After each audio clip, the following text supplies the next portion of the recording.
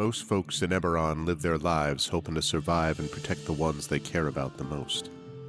A few do that and more, trying to help those around them, even the ones they don't know. But only one group does all that when no one else can. The King's Citadel. The ones who do the job no one else can do. Valerian, the Shield. A star-forged Aegis whose strength lies in their shield, their armor, and their will to keep the Citadel and its mission safe, no matter what the cost. Merime, the Sword. A Kalashtar bard whose dreams predict doom and disaster, so that her skill in battle, insight into the hearts and minds of those she encounters, and love for her sister and the Citadel is more necessary than ever. Tantin, the Brain. A dragon-marked human artificer whose jovial demeanor conceals a deep curiosity, razor-sharp intellect, and long memory. He knows what he did for the last war, and he knows what it did to him, and how much worse the next war could be. Nisiana, the Heart. A dragon-marked halfling healer whose love for her sister is matched only by her desire to help and heal the members of the Citadel. She's grown wiser and more wary, yet even in the midst of doubt, hope remains. Rowan, the Wild Card. A human wild magic sorcerer who's played a dangerous game for most of his life. He's gone all in to save his friends, but they aren't the only ones sitting at the table. As the shadows gather, will he have the chips to pay if his bet is called? These 5 elite operatives came together to aid the salvage outpost of Salvation, where the Grey hovers nearby, a threat and a promise. With the Oracle of War, they found an artifact powerful enough to end a war, or begin one. They traveled to Sharn, City of Towers, to unravel the Oracle's mysteries while stopping assassination attempts from the terrorist organization known as the Emerald Claw. They found Sky Blue, the daring thief tied to the ancient draconic prophecy, and stopped the Claw operative Arulin Karnak before traveling back to Salvation and into the Grey to repel a Warforged invasion and take the fight to the Lord of Blade's secret fortress Razorcrag. Capturing one of the Claw's most powerful lieutenants and sent to negotiate peace with the nation of Thrain, they survived another assassination attempt and saved the Thrain's leader from the continent-wide vengeance of the Undying Court, only to discover they'd been betrayed by an ally who was not as she seemed. Now the King's Citadel must stop the Emerald Claw once and for all, using their new knowledge and new allies to finish the Claw and gain the information they need about the Oracle of War before it's too late. But can they learn the Oracle's secrets, stop the Emerald Claw, and discover the deepest plans of the Lord of Blades? Only if they remember that in the end all they have is each other and the King's Citadel. Long live the King. Welcome to Eberron. Welcome to Corvair. Welcome to the world within and without Salvation.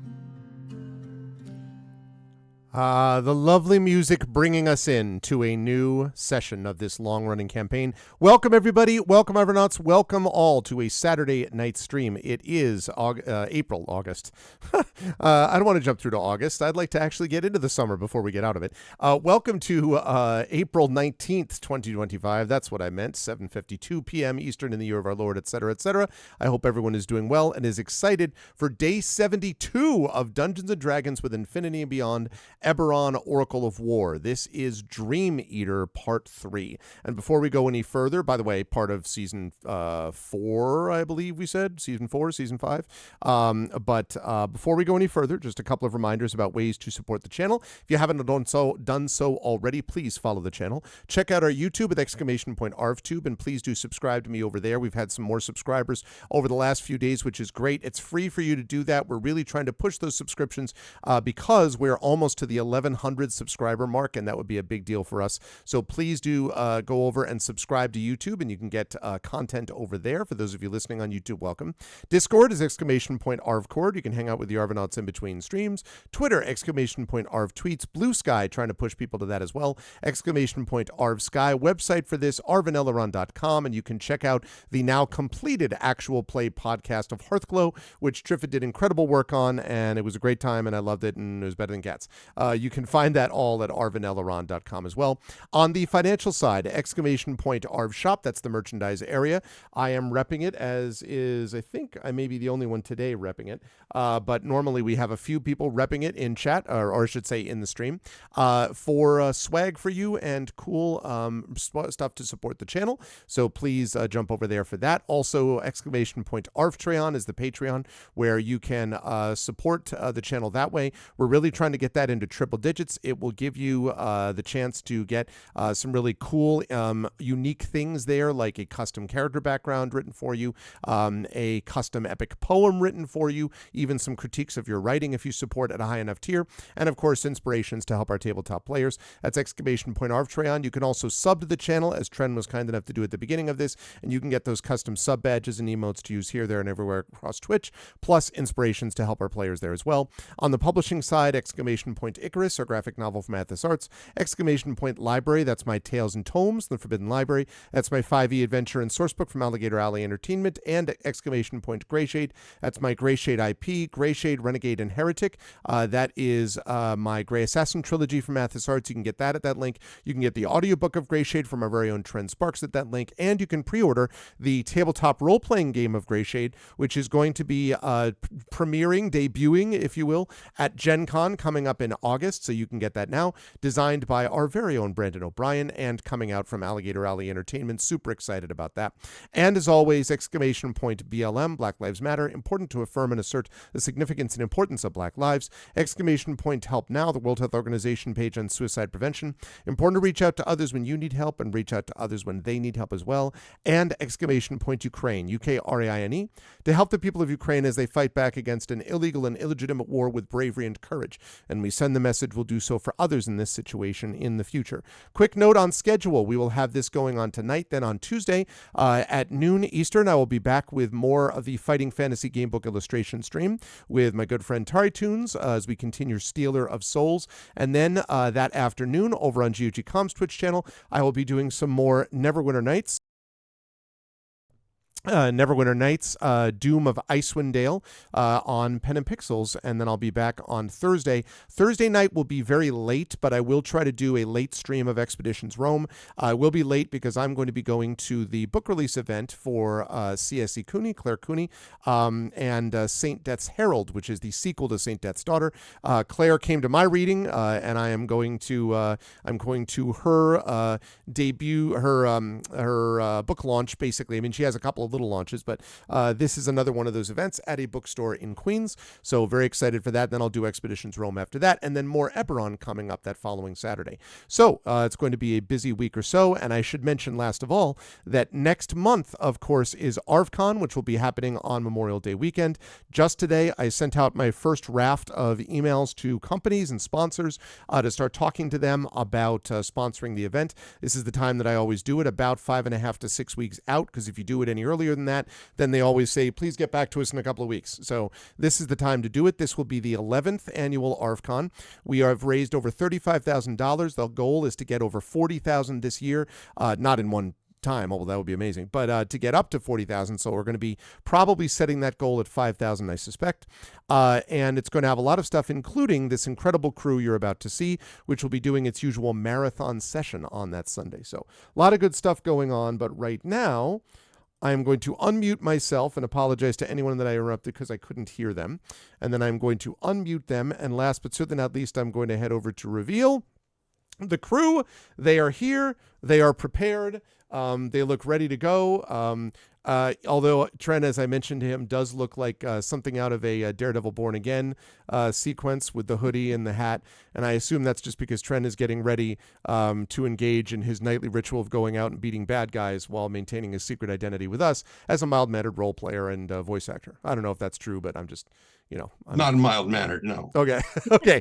Everything else you said, though. Yeah. But it is the King's Citadel. It is the Infinity and Beyond crew. Trent, I will start with you, bottom of the ziggurat, since we started speaking. How are you? It's good to see you. I hope all is well. I hope you're hanging in there okay. And how are you and who are you playing this evening? So, not this weekend, but last weekend, we decided that we were going to, finally mow the lawn. And as often happens, about every year or two, the neighbors came over and said, "Hey, do you want us to trim back the avocado tree?"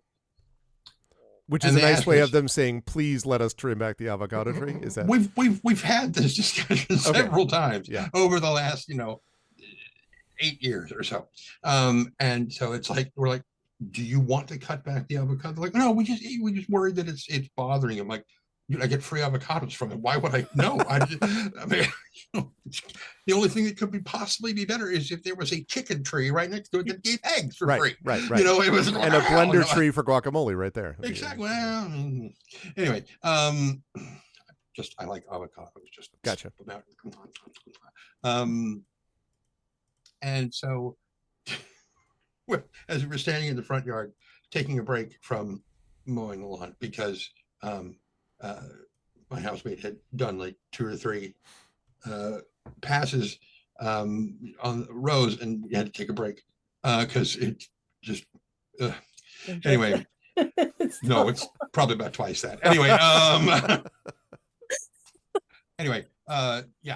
and so they come over, they're like, "Hey, do you want us to cut back to avocado?" And finally, my husband was like, "Yes, just do it," because we're tired of having the conversation of telling them every year or two, "It's fine, stop bothering us about it, just leave it, it's okay." So I looked out in the backyard and it's just gone on our side. I mean, not completely gone, like all the way up to the sky, but it used to hang to about maybe 7 or 8 inches from the ground. Okay. And now there's like a good 8 or 9 foot clearing, and I'm like,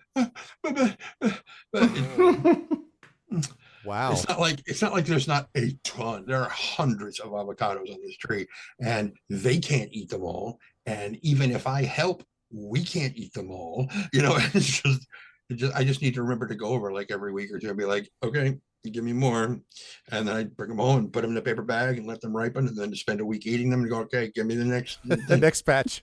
And basically, and it's the same thing with the orange tree that is right next to the avocado tree on their side, except that when we had the guys like a couple of months ago come in and just kind of scorched earth the entire yard, we told them, go ahead and trim these back, and they did all the way up on the orange tree on our side. I'm like, but no. This feels like we're getting this is like getting kicked out of the Garden of Eden. You're like, so then they took the orange tree, the apple tree, and the mango and the papaya tree also were taken. Like, geez. And so I mentioned that that I was so sad because I wanted those oranges. And our neighbor goes back inside, and she comes back with a gigantic plastic bag full of oranges, and she's like, "Here." I'm like, "Okay, so I'll be coming by regularly to ask for avocados and oranges." Very cool. So see, fine, it's that's yeah. I was gonna say once that was said, that was quite a roller coaster. I was worried the end of that was gonna be like, so I no longer have avocados or oranges, and I'm going to be getting scurvy. I was waiting for that. It was gonna be the result of it. So now that has been saved, now that you are completely vitamin C capable again, who are you playing this evening, Trent? It's on the screen. Is it? Oh. Oh, so it is. Yes, right there. I'm sorry. I was looking down on my desk at this Ace Bandage. So I was like, my name is Ace Bandage. Right. Ooh. Anyway, reminds me that while my housemate and I were over at Habit Burger having lunch before this, came up with a new character name.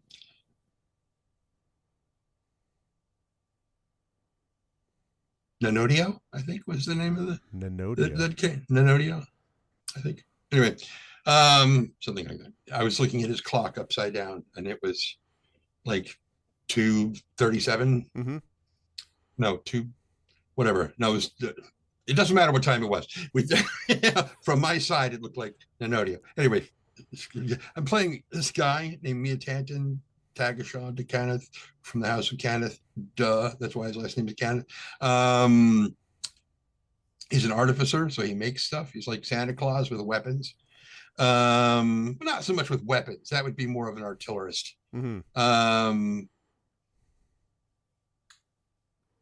But he has a Meccano good boy named Spanner, who is bigger and beefier and has a skin between his plates that is made up of things like meshed mithril and various components that he guilted people out of. And a saddle that doesn't stab me. And a saddle that doesn't stab our healer, yes. That's true. Although probably won't be getting much use today, that part of things, because too busy riding something else. I know. Oh, right. Yes, that's yes, indeed. Probably have fins and spikes that will stab. Yeah, little things like that. But still, I have no doubt that it will be inspirational somehow to Tantan, and maybe the next thing we know is Spanner will become Mechanodino. Anyway, always a pleasure to have Tren with us. But we also have today, though, player not available, by which I mean Marie Bilodeau. Marie is not able to join us today, unfortunately, because of personal reasons, but will be back next week. In the meantime, she is playing Maramay, or she normally would be playing Maramay Hawksmoor. Maramay Hawksmoor, a Kalashtar bard from the College of Swords, and she will be Jaegered aptly by someone that is yet to be determined, but we'll figure it out by the time we're done with introductions. But that is Marie. But moving right on down, we have, of course, the awesome and amazing Brandon O'Brien, previously described as designer of Gray Shade, the World Science Fiction Convention Poet Laureate, multiple storytelling award-winning, etc., and also plays some D&D with us here and there. Good to see you, Brandon. How's everything with you? How's life in the universe with you? And who are you playing today? Hello, everybody. I cannot remember if I had shared this good news since the last time we played. It's been so long since the last time we played. I know, it's been over a month. Who are you people? I know, exactly. But I don't think I got to tell all of the wonderful people here in chat yet that I am now writing for Rascal. I can't recall if that happened. I'm sure it did, but I can't recall. Again, it's been so long. But yes, I am now a columnist for Rascal News. I am still very overjoyed about that. Greg and I just so happened to be in the same area in February for that very wonderful interview that Thomas Manuel did about SFF writers who also play TTRPGs. And at that exact same time, Thomas was like, so we're looking for columnists for the magazine. Do you want to do the thing? And I was like, yeah, this sounds rad. I will try. Yep. I'll try to apply and do the thing. And they said yes. And now I get to have the dumbest thoughts I've ever had about TTRPGs, and other people get to read them. So one of my pieces actually came out last month. I should have another one coming out very, very soon. So suffice it to say that I am essentially blogging very often between this and the Converse segment for the Seattle WorldCon blog. Y'all get to hear me pretend to be smart at least 3 times a month in one direction or another. So that's very cool, and I'm very excited about that. It's been going very well. So now's my opportunity to no longer be smart and instead be dumb. Because tonight I'll be playing Rowan Shallow, a wild magic sorcerer whose wild magic is gun, who has never seen a dinosaur before and is not as enthused about it as everybody else, maybe.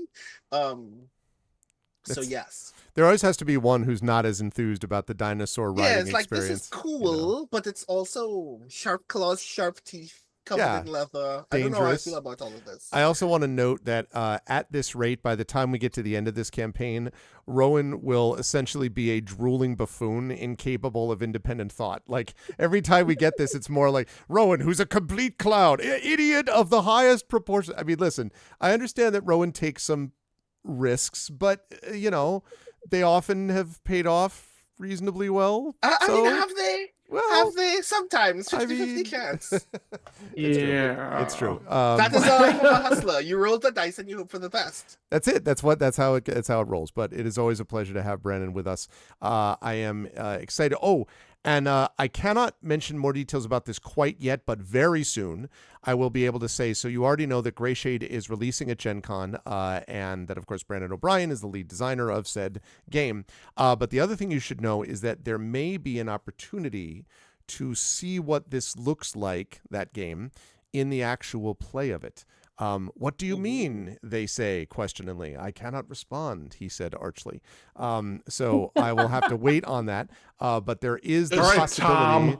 Does he stroke his beard beatifically while he does the Savior's Heart? Yeah, if I was going to do that exactly what John was talking about, stroked his beard hairily is how that would be. Oh God! But anyway, yeah. So anyway, keep your calendars ready and mark your calendars, and come to Gen Con and hang out with us at the symposium is what I'm saying, and get ready for more Greyshade shenanigans. Anyway, it's always a pleasure to have Brandon with us. It's also a pleasure to have Jen and her current cat. I mean, she has many cats, but this current cat with us right now. Welcome, Jen. How is everything? How is the cat? And who are you playing today? Mina is very grumpy. She has kittens who are turning into cats. It's been a very, very big month. Let's see. The kittens have stolen one of my favorite earrings. Just the one. Because I was too tired to put them away, and I thought this will be fine. And narrator, it was not fine. So I'm still looking for it. I know we already talked about the Hugo nomination, right? Yes, we did, and congratulations again on that. Thank you. Also being released at Gen Con is an anthology that I have co-edited with a certain Brandon O'Brien actually in it. Called Goodneck Means War, which is a tie-in anthology for the Goodneck game, which is a whole lot of fun. Also, I'm going to put this in chat. Let's see if I... Also, hi, Drew. Oh, nope. That was not what I wanted. Nope, stop. That was something else. The pre-order for Augment 2 is live. Augment So 2, University- the augmented. The augmentation. Augment 2, Electric Boogaloo. Augment 2, Augment Strikes Back. This That time also it's all has- personal. This time it's greater. Brandon and Marie, and there's an editor who owes me stuff involving Augment, but will get it to me very soon, I'm sure. John relentlessly looks off screen the whole time. Definitions of very soon vary, but yes. Yes. Also, I did have drinks with Marie this last week, and she wanted me to let you know that she was thinking of you for today, and because of the situation and everything, Carrie is doing some special baking. And I cannot tell you how glad I am hearing about this. All right. What she has made Settle in, chat. Fireside chat time. for the first time in a long time is homemade shortbread that has like a pound of butter in it. And that is the first part of the feast that has begun, along with there was a honey maple ham that will be involved. And then she mentioned some other things, and she said she will fill you guys in on the rest of that. But she thought you should know about the homemade shortbread. I'm sure she did. Yes. Let's see. I don't want her to I fill us in expect with Did it. you say honey? Fill us Did you say up with it when she sees maple us. That's what I'm saying. Jam? No. It is like a maple grilled ham.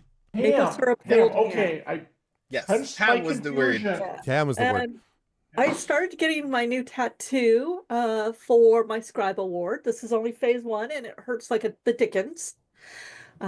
So it's currently covered. It's only 4 days old. And let me tell you, ow, very much ow. I'll the things bet. I do for my art. What else is going on? I will be releasing a flash fiction collection May 15th called Tales of the Hut Tankard, filled with my very, very, very first professionally published fiction. and it's traditional fantasy fiction with a bit of comedy in it. So that's coming up soon. Very cool. There's a lot coming up. Yes. So in this game, I am playing Nisiana Di Gerasco, the halfling healer from the House of Healing, who is currently screwed 6 ways from Sunday because of this whole negative energy thing that's happening. But she gets to ride dinosaurs, so she's really excited. Also, she's not the shortest person around right now, which is also exciting. So This is an excellent point, because there is, of course, Squawk, who has also led the people to Dream Eater, but we'll talk about that in just a moment.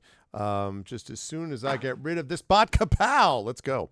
All right. Always, though, a pleasure to have Jen with us, and I'm sure that everything will be fine. I cannot imagine any reason why going to fight a dreaming / dead dragon could ever cause any problems. I can't imagine why you would need that's what healing. we're doing. You know, Oh. it'll be fine. You're going to be heading to the boneyard, but there's no death that ever happens there. Anyway, it is always a pleasure to have Jen with us, and it is also a pleasure. Yeah, that one is just because I literally had my hand on my mouse anyway, so I'm just like on the swoop. I'm just going to do the drive-by ban just as I'm in the way. But always a pleasure to have Jen with us, and also a pleasure to have John with us too. Although John, it sounds like, is arranging and organizing and getting things ready. John, I see that more stuff is filled in behind you. So as you're making your epic basement of epicness, how's everything coming together? And who are you playing today? I am not a basement troll, sir. This is on the main level of the house. Thank you very much. Oh, I beg your pardon. That's true. Okay. That's true. I was in the basement, but several years ago I got an upgrade to the main level. Now we're thinking, well, but that room has been heavily modified and would need some work, and it's a long story. Gotcha. Yes, and I just realized, like, hey, I don't have Twitch open, which is like, okay, let's try to get like on the ball here. There we go. Yeah, it's good to be here with everyone. Marie will be missed. Her food descriptions, maybe not so much, but you know. Oh, you guys love it, and you know I it. do I would love it but if I had it. So right, see there you go. Can't have the whole experience. Anyways, I've had Carrie's cooking, and it is very good. obviously. Sigh. I'm assuming I'm gonna probably be Jaegering Merame. Yes. Seems Please don't kill her. Seems reasonable. Of course not. Almost. It's, you know. Where did all my stuff go? I've lost everything now. Twitch, no, don't allow to find things on the network. Just give me Twitch and shut up. Anyways, my name is John Helpers. I'm the executive editor of Catalyst Game Labs. I also play with these miscreants a couple times a month. I am playing Alarian, the Starforged Aegis, having a ball of a time playing the... Actually, it's been a lot of fun. The script's a lot of fun. I'm so happy we're doing this back to back, which is very exciting. Yes. So yes, thrilled to April. The weather here is good. I hope the weather is decent everywhere. Everyone is too. And let's see. Without further ado, and Arv. Yes. I don't know if it's happening, but if it is, your Steelers, your lucky Steelers. I'm just saying, maybe graced with the presence of the one. Do you mean Shadur Sanders or do you mean Aaron Rodgers? I mean Rodgers. Okay, good. I mean Rodgers. Yeah, it's going to be so. You don't get weird. lucky enough to have Sanders. If buddy. he No, ever no. makes a decision. Sports ball reference trend. Oh, He's God. apparently This is a hand egg thing or another sport? Because he's the former quarterback for the Packers that, of course, John is obligated by state law to be a fan of. And the team, yes, him, no. Him, no. Right. So he may end up playing for the Steelers. There is a good chance of it, but he's still such a drama queen. It's like, I haven't made any decision. Like, oh, God. Everything is like, this guy, his middle name is Aaron Eyes on Me Rodgers. Like, you do realize this is basically men's soap opera, right? Oh, absolutely. Oh, I mean, sure. Totally. Just throwing it out there. I don't deny any of that. Although Google crashed Brandon on at least that. has no reason to complain as a former wrestling fan. In terms of soap operas, The WWE just bought AAA. Wait, two wrestling fans. AAA as in the Automobile Association. I saw the headline, I saw the thing, and it looked like it was, and I'm like, you know what? Wait, what? Actually, look this up right now. I'm gonna just. And do you mean what I call to get my car towed? I'm gonna be like, that's possible. We're bringing the tow truck to you, and his name is John Cena. Like, Enter the square and circle to pay your bill, sir. If it was John Cena, I could call him AAA. Right, to clarify, I looked it up. There is a Mexican lucha promotion called Triple A. Oh, And that is what okay. they bought. Man, that's so disappointing. I would have loved to have John Cena tow my That would have car. been funny as hell. I would have been like, what on earth? This does seem like the kind of very wicked thing that the McMahons would do, Oh, and then suddenly God. getting your car towed costs four I mean, when figures. his wife's not But, busy like, yes. dismantling the Department of Education, but you Yes, know, yes, like exactly. you do. Oh, Like you do. I just need to let you update. Carrie has made Millionaire Shortbread 3 months ago. If It's you're true. in She did contact mention it. right now with Marie, I need you to inform her in no uncertain terms that if Millionaire Shortbread is mentioned on a stream like this without such shortbread being forthcoming to me directly, I will be most displeased. I'm talking about I'm not going to Millionaire do that. You're Shortbread going to- disadvantage, nope, okay? Nope. You get to tell her yourself. You get to do that. All right. Fine. I'm only I am clearly not actually mad, Have you but I do tried love getting stuff from Canada to the US or vice versa? yes, and I know it Yeah. is. Yeah, no, I know. Listen, I tried getting a Canadian husband. That still hasn't worked out. Yes, that would have Fucking been a whole, customs. it was just the border was an interesting situation. Anyway, no, Holy I'm God! Look at all joking. this stuff she's got on her sheet. It Look at all these is skills. it is always a pleasure to have Oh, that's everybody right. She's here. a bard. And let us get rolling here as I fire up some music. I believe I had Jungle Ruins on. Jungle Boogie.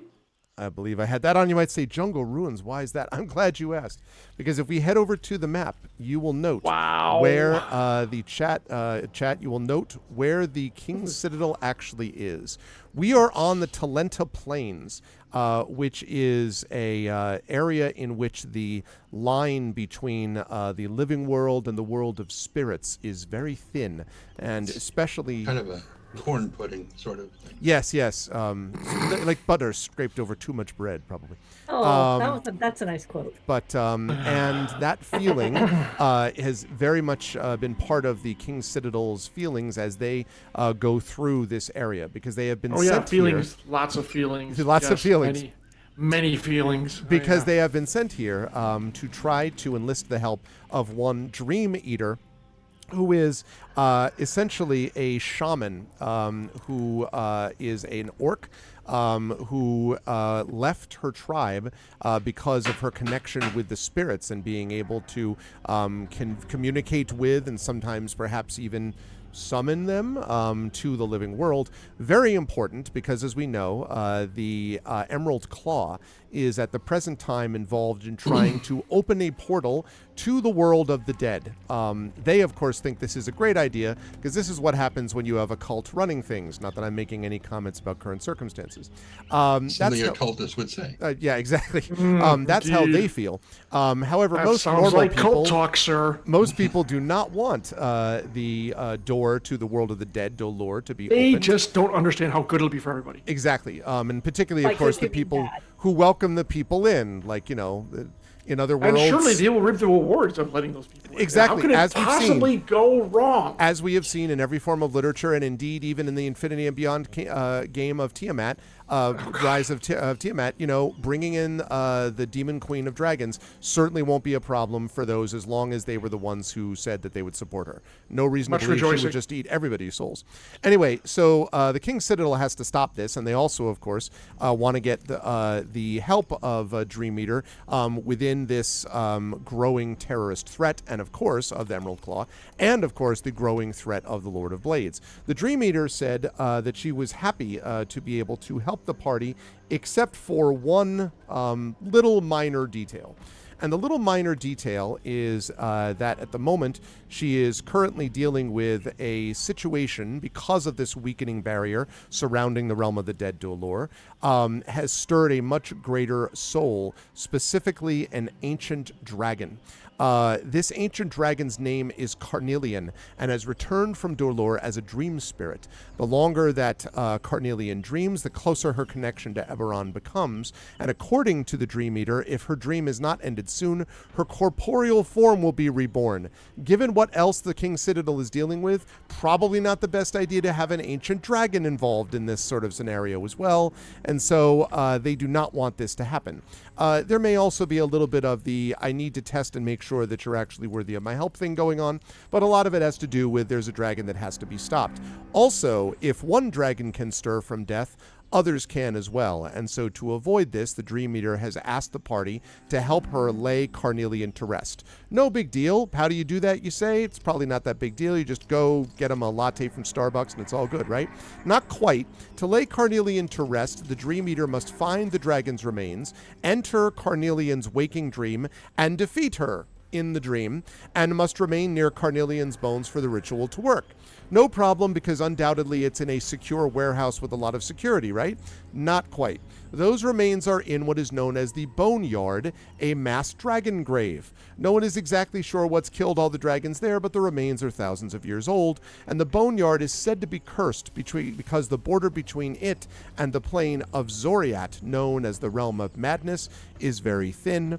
Also, the Boneyard is a few hours' hard ride from the Dream Eater's Valley, and the path will likely be haunted by many dangerous spirits. So you might be thinking to yourself, wow, that sounds like a really terrible deal. I can't believe the King's Citadel is doing it. First of all, I would remind you that the King's Citadel does the jobs that nobody else can do, which they have repeatedly proven. If they didn't want to be in this situation, they should have died back around level 3. But because they're still here and still doing their job, they are... Can we go back? Everyone is... Go back. Everyone has done this thing. You know. And so they are there. The second thing, of course, is there is one silver lining to all this, and that is that they get their own dragons. Not dragons. Dinosaurs. That would also be cool. I would like to trade my dinosaur in for a dragon right now. Yeah, for a dragon. No, sorry. Yes. You don't get your own dragon. You do, however, get your own dinosaurs. You said it. Look, I know. Chat, we all heard him say it. We get our own dragons. I think it's time to really start holding the GM to account for his statements of fact. I will remember this the next time. His name is Eberron. Yeah, exactly. There's only one dragon. There's no blasphemy here. Also, I will remember that, John, the next time I am requested. Okay, I know I meant to do this. Can I just say that I did this other thing? I'll just keep in mind the letter of the law. Let's just be clear. Anyway, you have 5 Allosauruses, which are large beasts that are ready to go. They have come out of the jungle and are now ready for you to accompany the Dream Leader and presumably Squawk along the way. Now, the only thing I'll mention is that there is technically room to put Spanner on your dinosaur, Tantin, although it will be a little awkward to get Spanner off quickly. You could have Spanner run next to the Allosauruses, which is what these are, but the Allosauruses do move at a good rate. In fact, specifically, their movement speed is 60 feet, so they do move fast. So I just want you to know, I think I think his top speed is 30. 40. 40? Okay. So, I mean, he could just constantly double move, but that's essentially what they're going to be doing also. So it's up to you, but I did want to mention that before you get on these creatures, that is a thing you have to consider whether you want Spanner on there or not. So what say you? Do you want Spanner on there or not? Well, I mean, very much like a Tyrannosaur, Allosaurus has had tiny, tiny little arms, so it's not like they can carry him, Have to be on their back. I know. I'm just saying they can't carry him. True. in their tiny, utterly unimpressive little hands, which is why they were so damn cranky all the time. Right. Because there were lots of things that they couldn't do. We'll figure out a way to... And it's not just one, chat. Allosaurus can't carry him, so... Oh.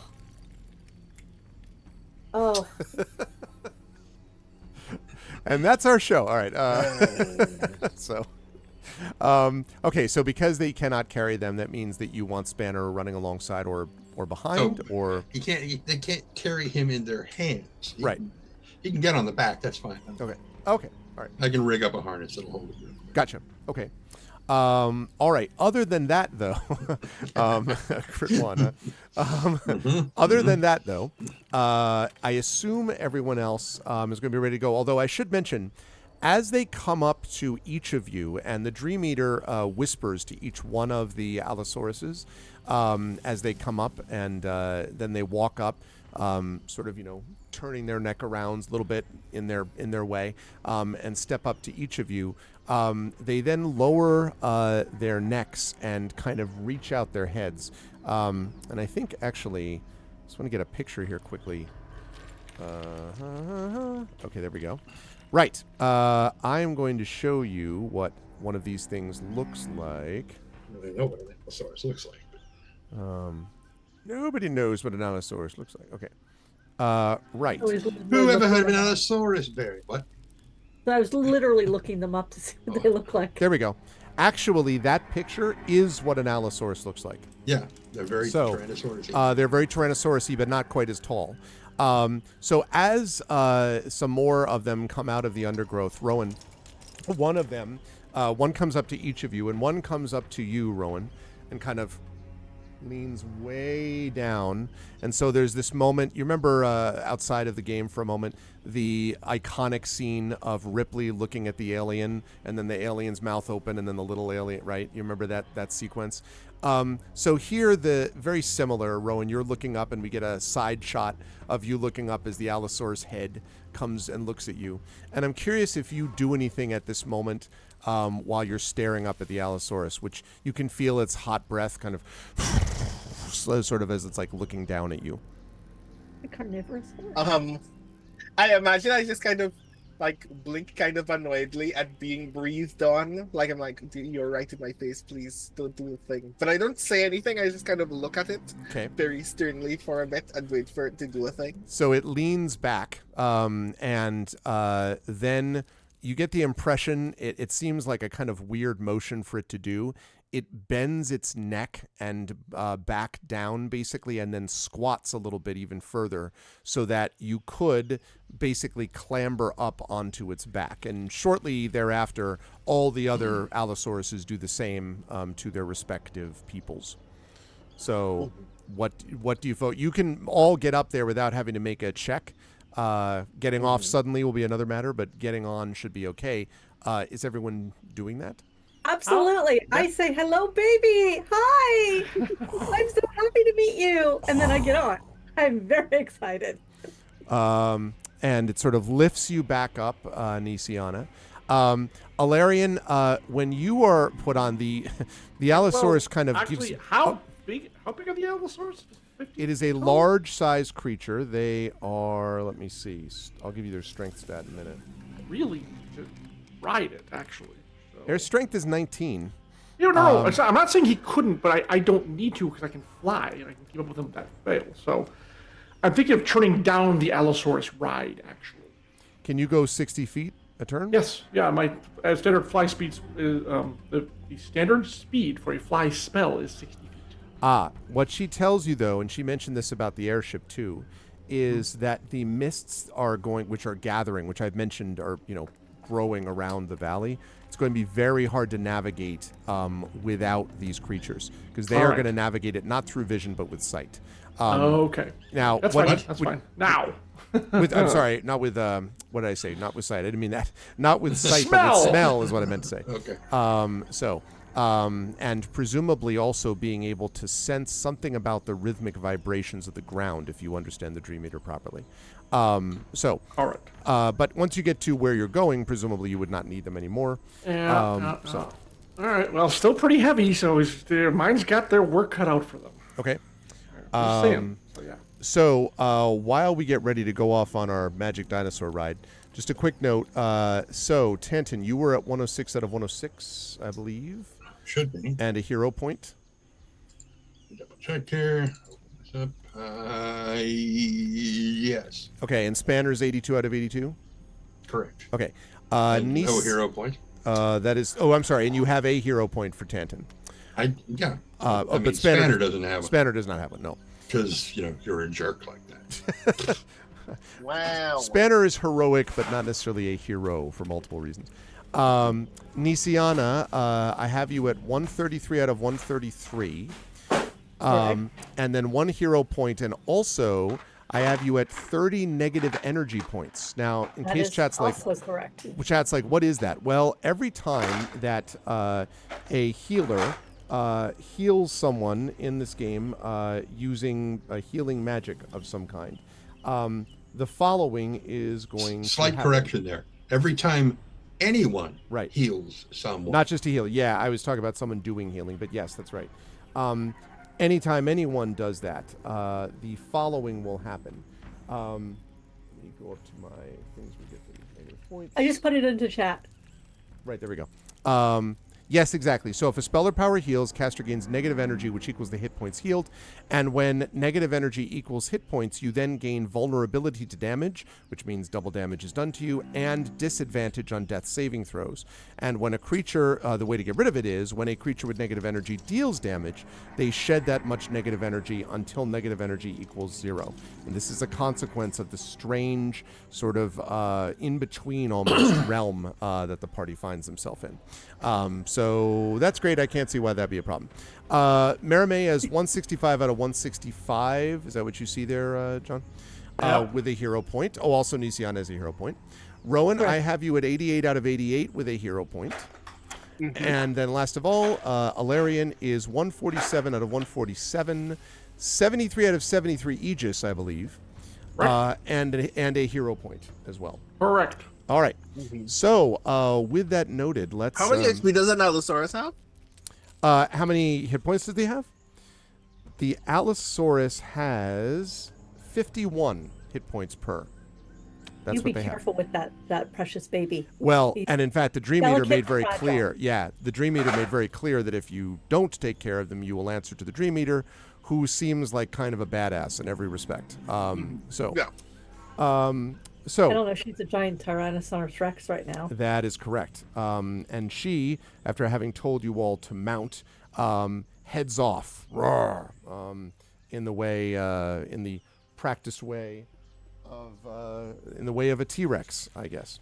Okay, as she sets off, as the rest of you mount up to follow, the trip across to the boneyard here, she takes off through these well-trodden paths, and your Allosaurus mounts fall in line behind her.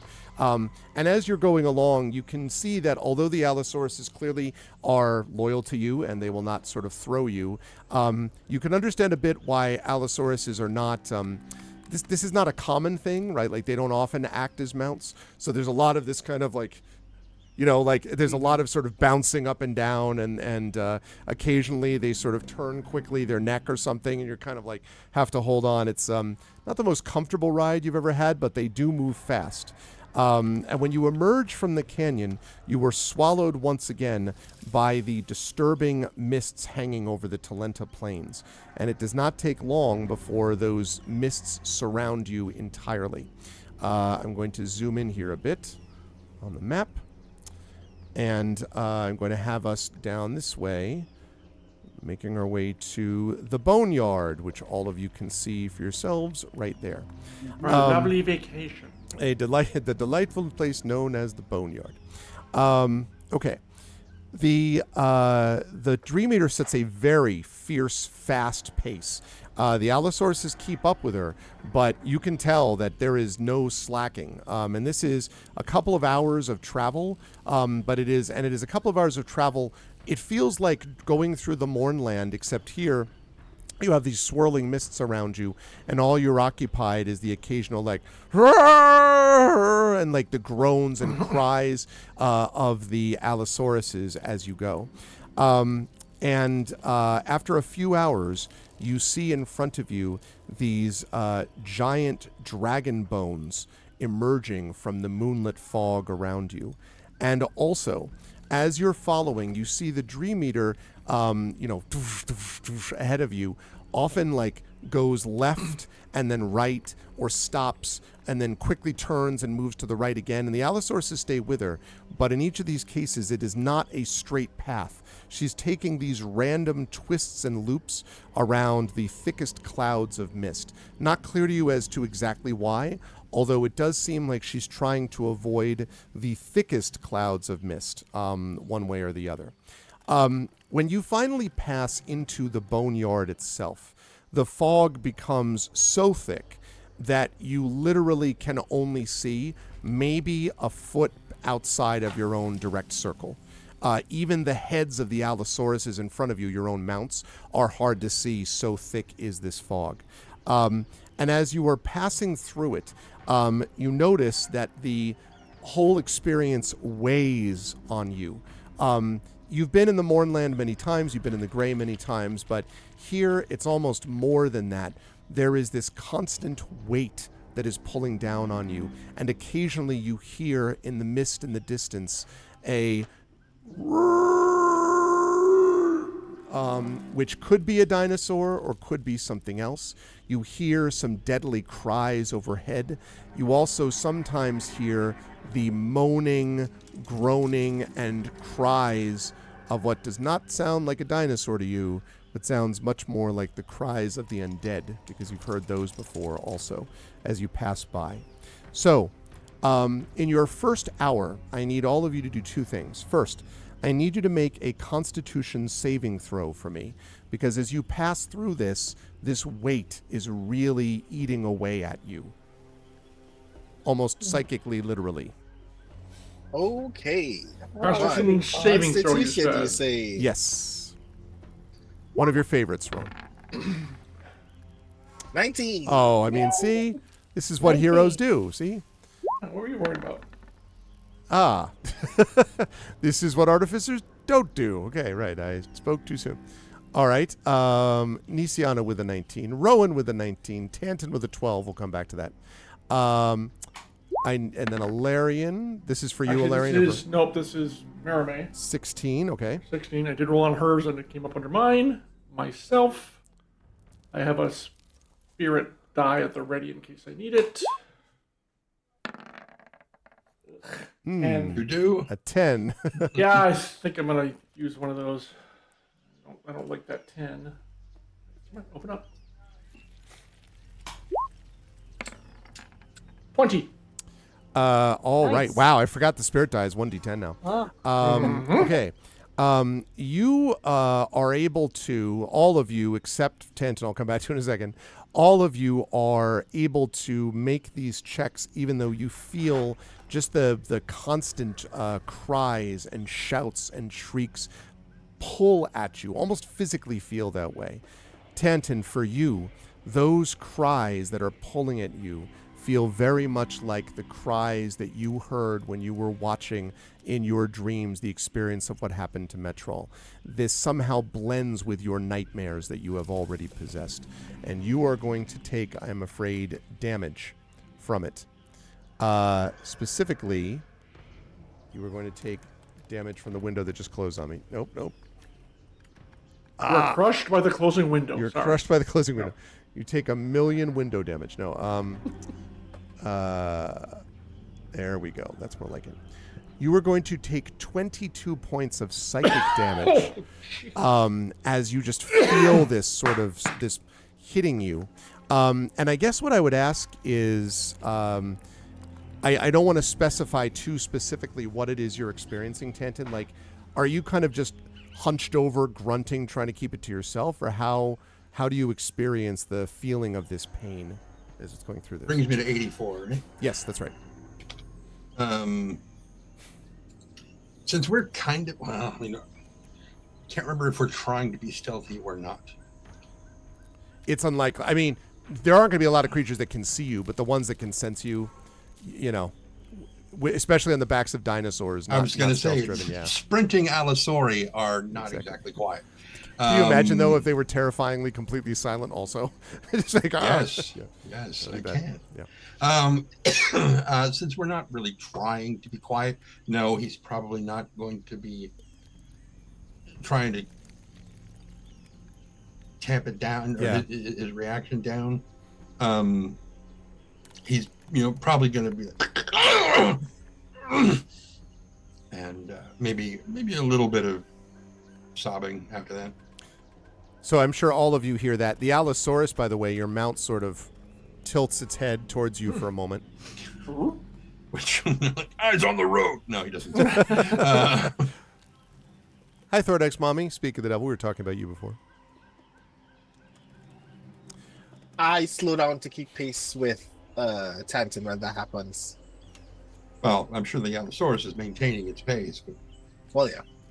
You could fall back into line with it, though, pretty easily. Mm-hmm. You okay? You need anything? I need so much. But nothing we can have right now. Understood? Let us know, and I'm sure our leader well up in the front will take care of us if we need to stop for a bit. I'm pretty sure we have the mind link going if we need it. Oh, yes, we do.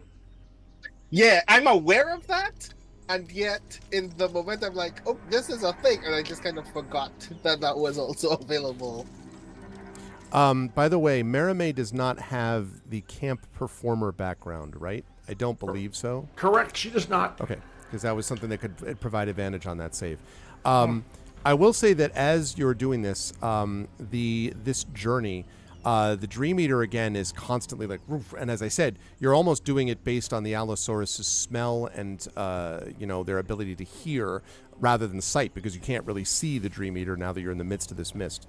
So I need everybody to make what we call a group survival check, meaning I need all of you individually to make survival checks. Yes, please do so. This will be fun. What the hell is that? Fun, It's at the bottom. delightful. I know. I'm kidding.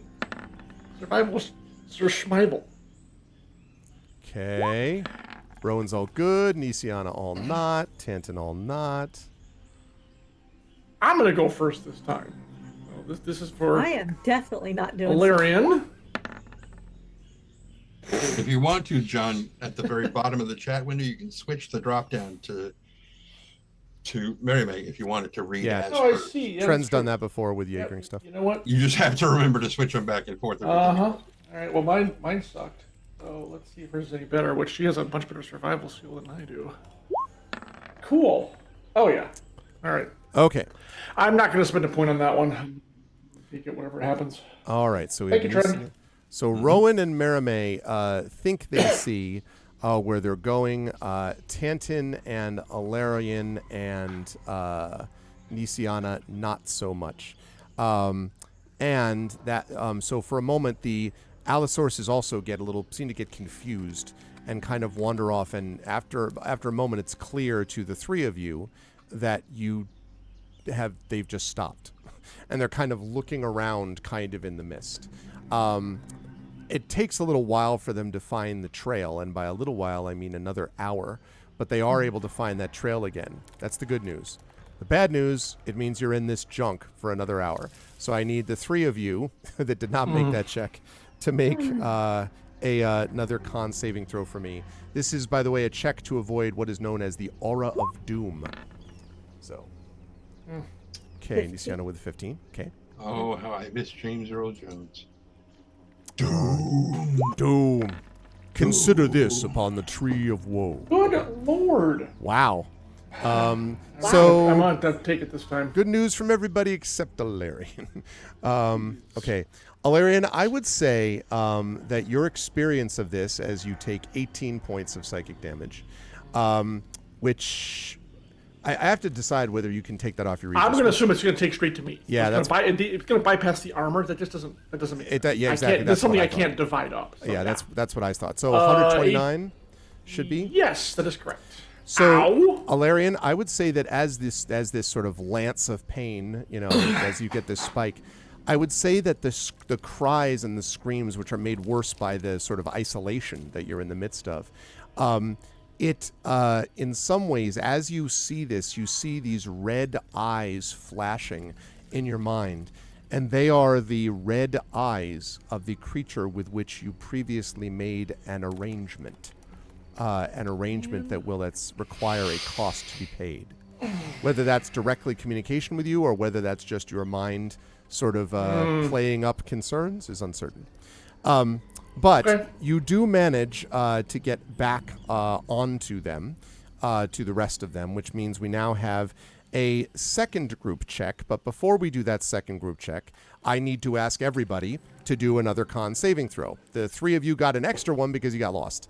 But Rowan and I think it was it Merime was the other one? Nisiana. Or Nisiana, sorry, the two of you did not have to do that. Oh, no, sorry, that was I had to make it. Okay, you had to make it, so yeah. So this is another con check for everybody, lost or not.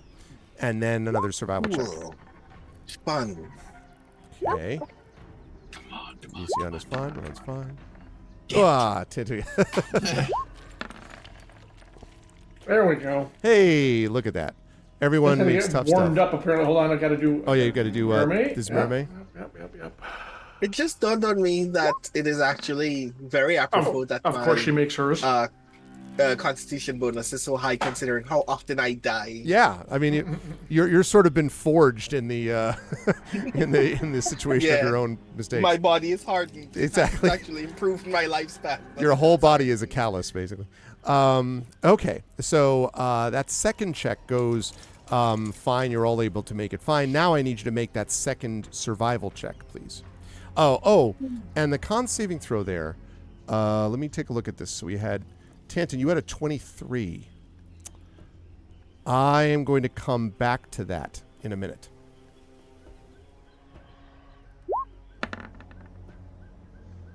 Okay. Oh, apparently I'm getting better. There we go. Okay, so far Hang so on. good. Yeah, Much so better. far so good. Well, hold on, we're not done yet. Although Mary, with a +7 to survival, she should be fine. Also, because it's a Say that. group check. He said ahead of time. See?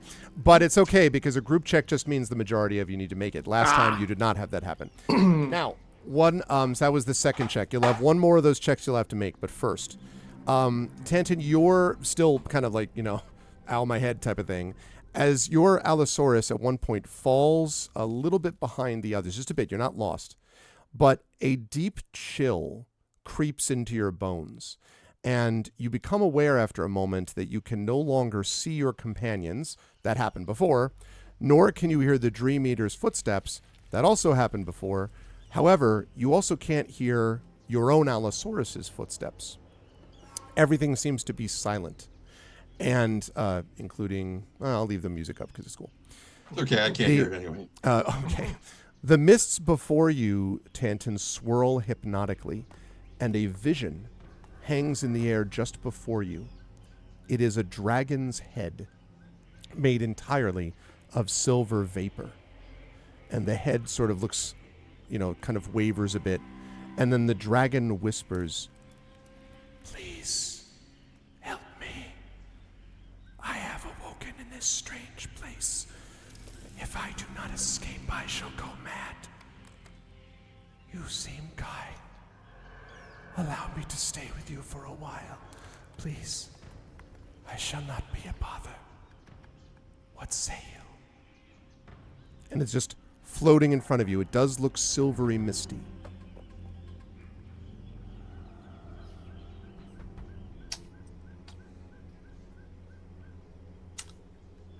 I'm going to roll a D2 it's actually a D4, but D4. whatever. Damn it. The only reason I say damn it is that I didn't decide which was which before I That means the die's telling you have to decide another way. Right. You can, if you want. I also will tell you, by the way, Tanton, that you could. I mean, if you want to try to gather more information, like you could either talk to it or try to, I don't know, cast a spell. Like you're not helpless here. No. I'm going to go with my initial thought, my first thought, because I rolled a 1. Okay, we'll go with that. Whatever. He just kind of looks and blinks for a moment and says, "Yes, you are correct. You will not be a bother. And he basically is like, no. Okay. He denies. Okay. And the spirit swirls away into the mist and vanishes. And a second later, you see like Rowan's Alsource right next to you. So it's like you never stopped moving, but it sure felt like you did. Okay. So no one else, of course, notices that. You make your way along. Except for the fact that I immediately tell them all through the mind. I was about to ask that. Yeah. So right, I was about to ask. Okay. So you do tell them what happened. And presumably the Dream Eater is in the link with us.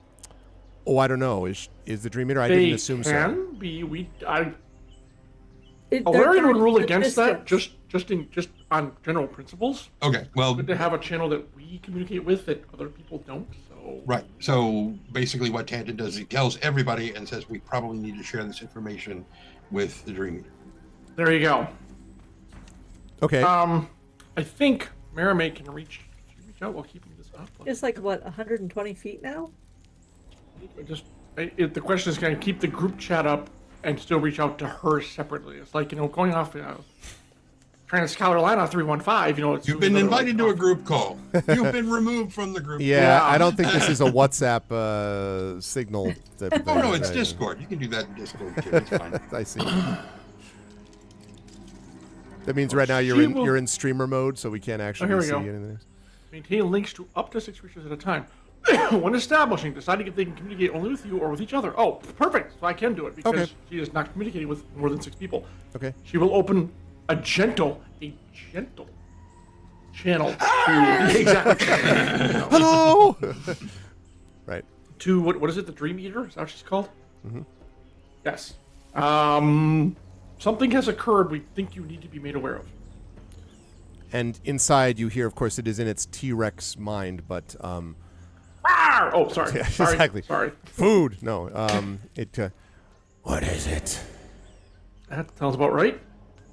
Just basically pass on the magic mental telephone to pass on what Tanton told her. The smoky silvery dragon tried to tag along with him, and he refused the entreaty, and it disappeared. Many spirits exist here. Some evil, some good. I cannot tell what spirit you encountered. They may make their own decisions, as must you. Indeed. We will be on our guard. Okay. So exactly as helpful as I expected. yeah, basically it's a big old no idea. Well, the one bit of information though was interesting, which is that this was a dragon graveyard for all sorts of dragons, not just bad ones. So that is important to remember as a thing, I guess. But yeah, having said that, it was kind of like, I don't know. Hey, Arv. Yeah. Yes. If I do arcane insight in this area, will I go completely bug nuts crazy? In the sense that, well, you don't know till you do it. Are you going to try to figure out like what arcane? I want to know, try to get a sense of what kind of magic this is. I have advantage on my arcana checks, and it's by naturally sensing hubs of magic. I'm a Fey Forged. Right. One of those loopy things. Yeah. I don't think it would drive you crazy, but in terms of what it would show you, that's unclear. Well, let's give it a shot. Okay. Nope, I'm on Hawks. Imagine having Saber Dance playing in your head for eternity. Exactly. All of a sudden, it's better than a rah-rah Rasputin. So it's Zod when he first arrives on Earth in Man of Steel. Is basically what it is. 24. Wow. A couple of things come out to you most strongly. It is indeed an overwhelming amount of magic around here, but there are two in particular that are battling with each other. One of them is divination, and the other is necromancy. No. Good thing we're sitting on dinosaurs. Also dinosauria, with a totally different type of magic. But yes. Dinosaur divination? Interesting. Yeah. Okay, that divination, yeah, necromancy is kind of a given. The divination is Interesting. I'll Yeah. keep that in mind. All right, thank you. Yeah. Okay, so that was your second check that you all made. Another hour passes, and I need you to make one more check. First of all, the con save, and then we'll talk about the survival check. Hey. Okay. Look, I Send finally that- failed one. Yay. Rowan failed one. We'll talk about that. Oh, I think I just made it. Just. 20. And then Merame. Merame. Life is Wow, but that's a not- dream. I think she's made every single one so far. It's kind of ridiculous. Yes. And in this particular case, I think everybody makes it except Rowan. Rowan, I would say for you, the shrieks and the cries of the creatures around you that seem to be kind of, coming closer and closer as you ride, those shrieks get louder and the cries get louder. And then you are, at least briefly, reminded, you have a vision, very briefly, of being in a room. There are multiple guns pointed at you from every direction, and people are walking in upon you step by step. And as you hear the cocking of the hammers of all of these pistols, you come back to yourself. But not before taking 21 points of psychic damage. Damn. Whoa. 67. Hey, Light and Passion. Tanton. And I am doing this not to pick on you. I'm doing it because you, again, made this check by a certain number. Yeah. There is one more experience before everybody does their survival check, which I'll have you do in a minute, where, again, you feel the exact same circumstance I mentioned before. The white mist grows. You stop hearing the sound of the Allosaurus, and again, the silver mist flows near you. And again, coalesces into the face of this dragon. And it whispers to you and says, I will not trouble you again, but I plead with you. I am not meant to roam this place. I was meant to be free, and I could help you. Please, it is so terrible to be trapped. again, the same, image. Help in what way? I'm sorry. You mean, in other words, how does it help you, theoretically? Yes. I could provide you protection against dragons. I was one. I fought against them, and I am not afraid of them. You may be brave, but before a dragon, courage is as nothing. I could bolster you against that fear if you help me escape this prison.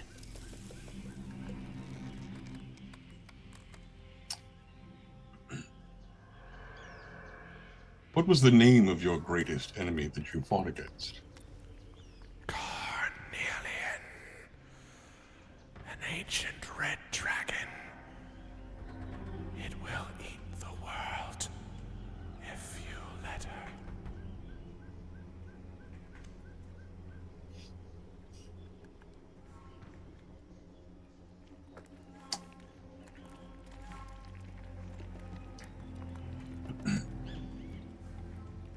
Should I enter into this bargain with you, and you break it,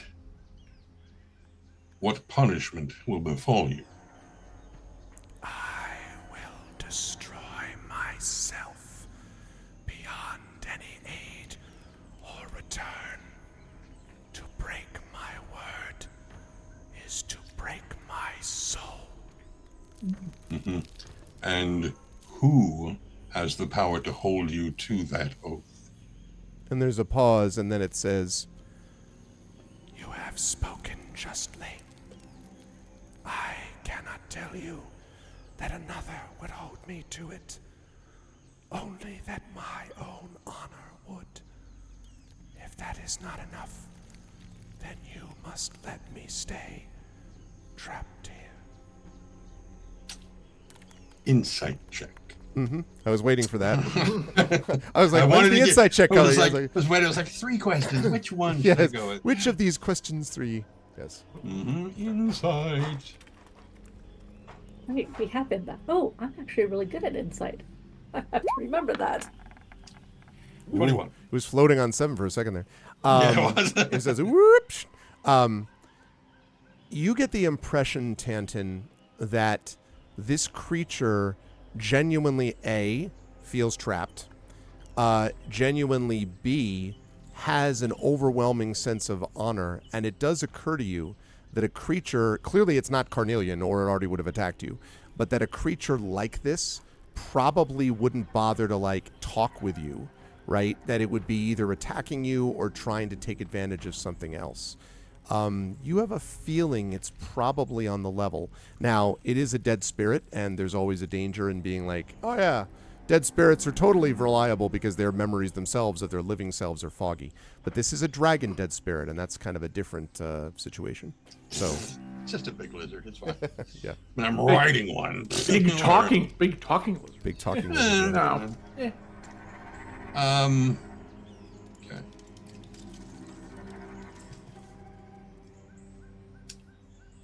Then come with me. There's a pause, and it says, thank you. And it swirls around you, and then, like, flies into you. And there's a moment where your body sort of jerks back. And when you come out of it, Dragon! Rowan, I imagine that it sounds a little bit like when Tanton was feeling pain, but this is not the same feeling, Tanton. You are sort of thrown backward, but when you sort of like, like open your eyes about it, you feel instead energized a little bit. So 2 things. 1, I want you to mark as a legacy event, Dragon Spirit. That's the first thing. This only applies to Tanton. And then secondly, whilst this thing dwells within you, you are immune to the frightful presence of dragons, and you have resistance to damage from their breath weapons. Ooh. Tanton's leading. Tanton's charging in. All good. Now, it's up to you, Tanton, if you want to convey what just happened. That's up to you. Also, it isn't whispering in your head, in case you're curious. Thanks for taking me. I got some good jokes. Yeah, how talkative is this dragon? I know. Okay. I was smoking someone for centuries. I probably will tell everybody in a bit, but not right away. Okay, that's totally fine. We'll save it for a suitably dramatic moment. Right as the dragon flame washes across me, and I'm more or less okay. It's You're all like, what the hell did you "Is do? something that? you want to Oh, tell us?" by Yeah, the way, yeah, exactly. I almost forgot. Why are dragons so balanced? Because they have a bunch of scales. Like it's gonna be Dragon Daddy jokes. No, You're gonna be like, they're get out. They're not. I will put a lockpick through my Yeah, ear. no. before No, I have to I'm deal just with that. kidding. I will not do that. Hey, Greg. Yes. Do you know when a joke becomes a dad joke? Oh no. Uh-oh. Is this leading to a joke, or is it an actual This is a joke. Okay, when? When the punchline becomes apparent. Yeah, let's go. When the punchline becomes apparent. Oh yeah. I had to. That's great. To. That's great. What makes a dad joke great I have is to that remind myself that you all are my friends and that I love you very much. Sometimes you do have to remind yourself of that things you like know every once fair. someone does this. Very Also, fair. hi Proxima. Oh man, good times. That one is pretty good, though. I'm not gonna lie. I dig it. I know. it's very good. Clever word play. Quality work. Yep. This is actually true because just earlier today there was I was doing some grading, and I had the basketball game on in background, and the commercial was for Jurassic World. So I was thinking a little bit about that. I was like, like this is very appropriate for our circumstances. Anyway, very very well done, Jen. I approve. Okay, so now you have to do your survival check. All of you, your group survival check. This is the last one. Okay. Okay. Mermaid's gonna go first. Uh, 19. well, it's not terrible. Watch this. Depends on what the. Yeah. Uh-oh. Damn. Uh, I mean, rolling too well. Must be getting the hang of this stupid jungle. Wow, look at that. There we go. All right, what does Mary May have? Mary rolled a 19. Oh, I'm sorry. I rolled an 18. So We both everyone, did very okay, well. Yeah, everyone we is got in very good. Okay, yeah, you got our have, bearings here. Yes. yeah, you have no difficulty with this. As you pass I don't by. see Rowan's roll. Ah, Rowan, where's your roll? Oh yeah. Another survival, right? Yes.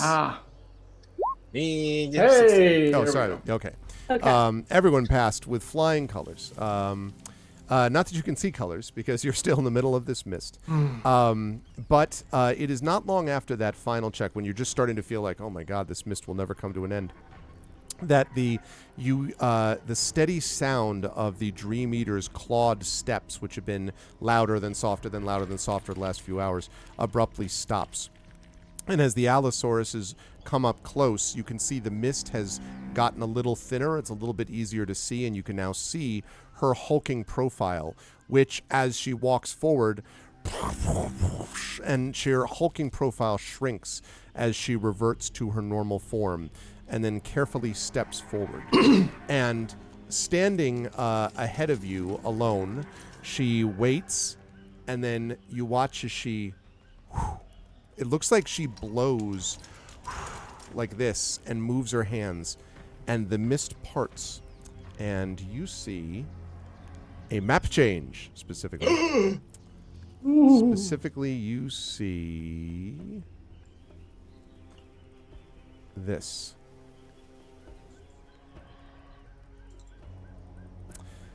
Just ahead, you can make out the stone formation of an ancient structure.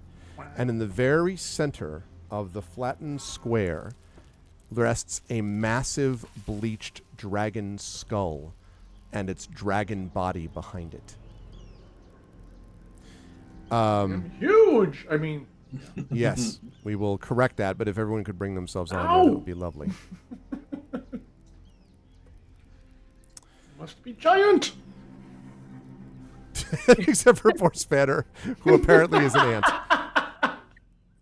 Oh, man. All right, just a second. I'm a big fan of this map, by the way, mostly because I just love that dragon.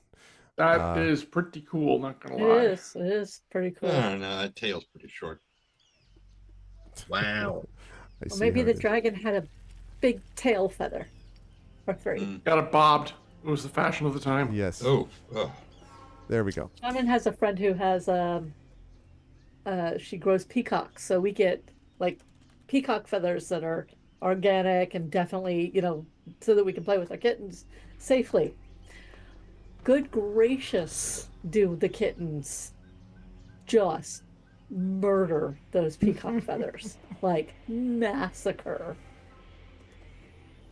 Yeah, I actually, our cats are also big on feathers, and we can't let them have them because they just don't last for long. Yeah, and we just- don't let them keep it because they'll chew on it and the splinters and everything. Yeah, exactly. Swallow it.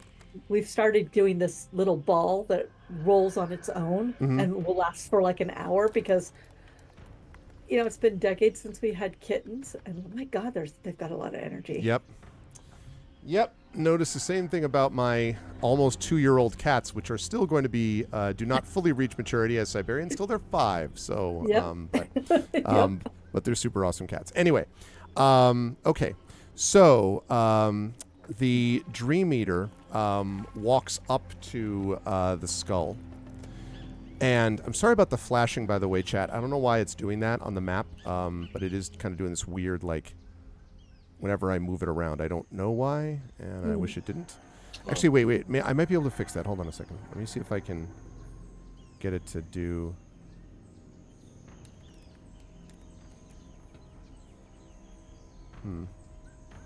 Ah, there we go. Let me see if that helps at all. Okay. So it walks up to... she walks up to the skull of this thing. And then she turns and waves you over. No, McFly. No. And she turns and waves you over. We very carefully approach. Okay.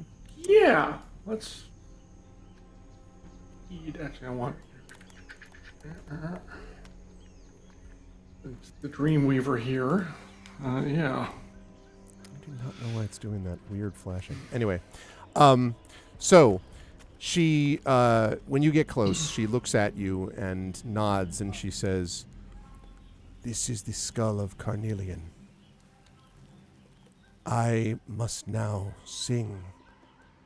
The ritual must be uninterrupted so I may enter its dream. I must see and sing to it. When it begins, it will surely bring others. The attention of creatures beyond this place, the mist which surrounds us. You must stop them. They will try to stop me." And she pauses and looks at all of you. If you get damaged, do you want me to heal you? No. I wish you simply to keep them from me. I must be given time. Now, what I will tell the party mechanically is that she is going to need a certain number, you don't know how many, of rounds of uninterrupted and undamaged singing. If something hits her or damages her, the counter resets. And you don't know for sure, as I say, exactly how long, except that, you know, it'll be, it would be long enough that it's going to be more than a round or two. And that at some point, creatures are going to show up that you would probably have to deal with. Can I put Sanctuary on her?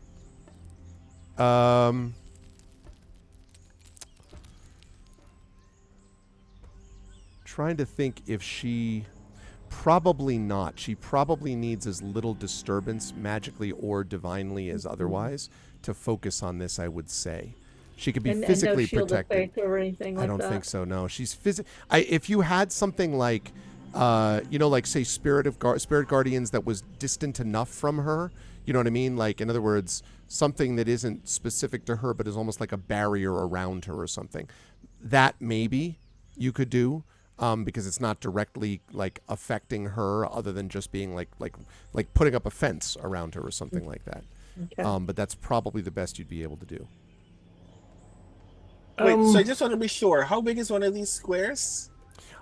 These squares, I believe, are 10-foot squares. But hold on while I check before I make something up that's not true. Say, if they're 10-foot squares, we're No, too big. 5 feet. Sorry, Okay, yeah. I take that back. 5 feet. That limits a lot of the usual suspects of mine. If we're not Fireball. supposed to also... Yes, exactly. Yeah. Suffice it to say, Sunbrace is a bad idea if we also don't want our allies to be blind.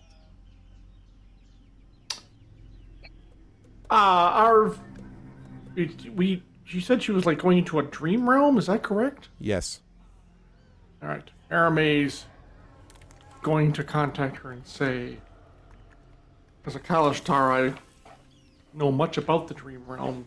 Do you wish assistance in what you're about to undertake? I would be pleased to accompany you. And she's a good singer. Yeah, I mean, She says hold my own. she could do a little bit of light typing as well, and she Do says Windows. exactly, great spreadsheet skills. She says, when the time comes, I will require all of you. You will join me. Oh, exciting. Just know I don't sleep, right? Okay. Mary just nods. Okay. So, does anyone want to... she turns, and I will give you all a chance to quickly... You're not going to have, like, you know, an hour, but I would give you a couple of minutes to prepare if you wish. You can see the map right there. So... Is it still is it super foggy, or the fog is cleared somewhat? It's It only is partially foggy all around here. You see where the lightning, little lightning and mist sort of Yeah. has around here. This spot is still very obscured. But the area around it has a little bit of thin mist, but is not particularly obscured. In fact, yes, so that is correct. It is not going to conceal anything from you in the area that you see until you get to the outskirts where the fog is billowing. All right, so our visibility is about 50 feet, 60 feet, roughly? I would say that's right, yes. Okay. This room is 60 feet by 60 feet. So I can't wall of fire or sunburst in it. But I can do my aura of life. If she's affected by aura of life, she still gets hit and therefore still gets distracted. Me. That's true. Well, I meant for you guys. Yes, which is good, but Yeah, I was trying to I could bless her, but that's a concentration spell. Yeah. I could. okay. Ooh, hold on. Bigsby's hand and Synaptic Static are both 20 feet. So I should if look this at- room gets crowded, hopefully I have solutions to that. I have this image of you like Mario with the big hammer, like do do do do do do do do, just running around, bash, bash, bash, bash. Oh, yeah. Spanner's going to post up real close to Dream Eater so that Okay. if necessary, he can impose disadvantage on anybody that's coming at her. Okay, sounds good. Yeah. How close does he need to be for that? 5 feet. 5 feet. Okay. Yeah, because he'll want to be right at the edge of the 5 feet because he's doing a bunch of this, waving around. That's fine. Where are the rest of you setting up, actually, while we're talking about that? And so Mermaid's set up right where I have her because if something does try to attack Dream Eater with her Sentinel ability, she's within 5 feet of it, so she can make an attack on the attacker. Okay, so also 5 feet. What about you, Ilarion? I am on the other side, ready to protect with, I guess, my shield. Okay. Or just protect in general. I'm also keeping an eye above, like overhead, just in case. Where because the mist we get billows things- as well above you, I should say. Yeah, yeah, good, yeah. It's good 40 feet above, probably. Rowan, Nisiana, Tantan, what about the three of you? I will also ask if turning undead would interrupt what she's doing. No, you don't think so. Because you would be presumably, you don't think so. She's not doing that. She's trying to get into this sort of dream space. What you can't do is do something which is basically buffing her from the extent that Right. you can tell about it. So turning Well, undead, although I wouldn't recommend turning undead on the skull, for example, since, that's partly what they're trying to get a No. hold of. Well, it's a 30-foot radius. That's true, which means there is a risk there. Yep. So if I figure out 30 feet, are these actually correct? That could be 5, 10, 15. Yeah, actually, 25. 30 would be about 10, 15, 20, 25, 30. 30 would be about, it's a little sooner than that. 30 would be about here. Here? Okay. Would be 30 feet. So if I move to here and I pop Aura of Life and then I get ready to turn undead, which has a 30-foot radius. They can't come within 30 feet. True. So that would kind of keep them away from us on the let me see. Well, they could if they resisted, but I mean, if they save Oh, against yeah. it, but yes. Yeah. But it's like, let's see if I can. Ah! Suddenly a green circle of doom. Okay, let's see if I can. Yeah, again, chat, my apologies. I don't know why the map is doing this weird blinking in and out thing. So if I do something like that, it protects her and it protects our group in this specific circle. But it- is that aura or is that the turn? That is. It's risky if that's the That's turn. turn undead. That's yeah, turn undead. that's risky. If that's the actual 30 feet. Yeah, okay, maybe not. All right. Because I should not be out there alone where I can be, chomped upon. Don't know what you mean. Oh, yeah, sure you do. Yeah, okay. Oh, that was not quite what I wanted to do, but I think I'm just gonna have to get ready to pop Aura of Life. Okay. And staying in the spot that you are right now on the map? At this point, yes, because I can't really see where else I need to go. Okay. Unless anybody else has any ideas. I'm open for ideas. I am not the tactical one. What about you, Tintin and Ron? So this platform that we're on, we can functionally be approached from any direction, correct? Yes, although, of course, behind you, they'd have to climb over the bones of the dragon, but they are bones now, so presumably they could come from that direction too, yes.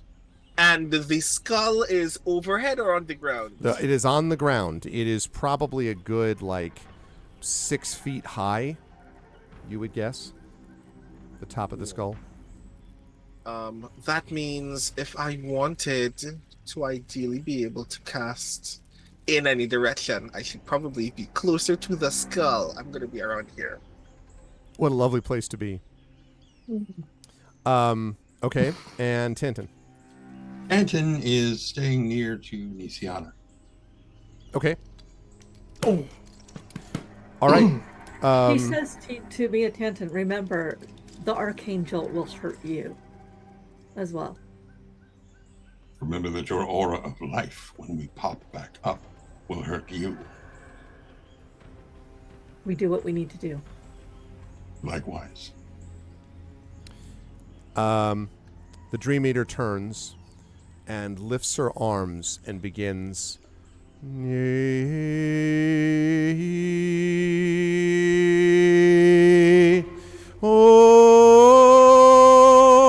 And begins to do this thing, which is, and it's resonant and fills the area.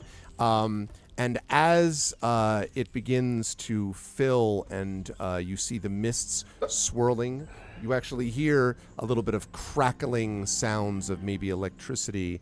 And Nisiana, it might be you that first sees, as you all are looking, they're sort of like straining your eyes to see. When, hold on a second here.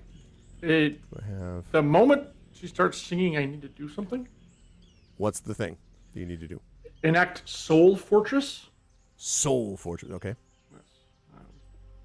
Expand feel the spirit energy that powers your armor, protects you from harm. Requires spending an action, so spend an action. When I do this, all allies within 5 feet, so currently that's Rowan and her, gain a bonus to their AC equal to my proficiency bonus, so +5. The bonus they receive cannot make their AC higher than my own, which I think is pretty much impossible. Additionally, if an ally under this benefit takes damage, I may redirect it to my armor. If the damage redirected would reduce my armor to 0 hit points, the ally takes any remainder. The benefits of Soul Fortress last until the start of my next turn. I can only make a single attack during this turn, but that's okay because I'm kind of sitting here. I'm going to basically keep this up every round. So that's the plan. Okay. And you're doing this right about now, Funk Soul Fortress? Yeah. Okay. All right. Right. Nothing? Okay, fine, whatever. What? So right about now, Funk Soul Fortress. Wasn't going to go there, but you did anyway, so here we are, Trend. You see a gray, willowy figure sort of materialize from the mist, and it floats towards, at first it looks almost, Nisiana, like it's part of the mist that surrounds it, and then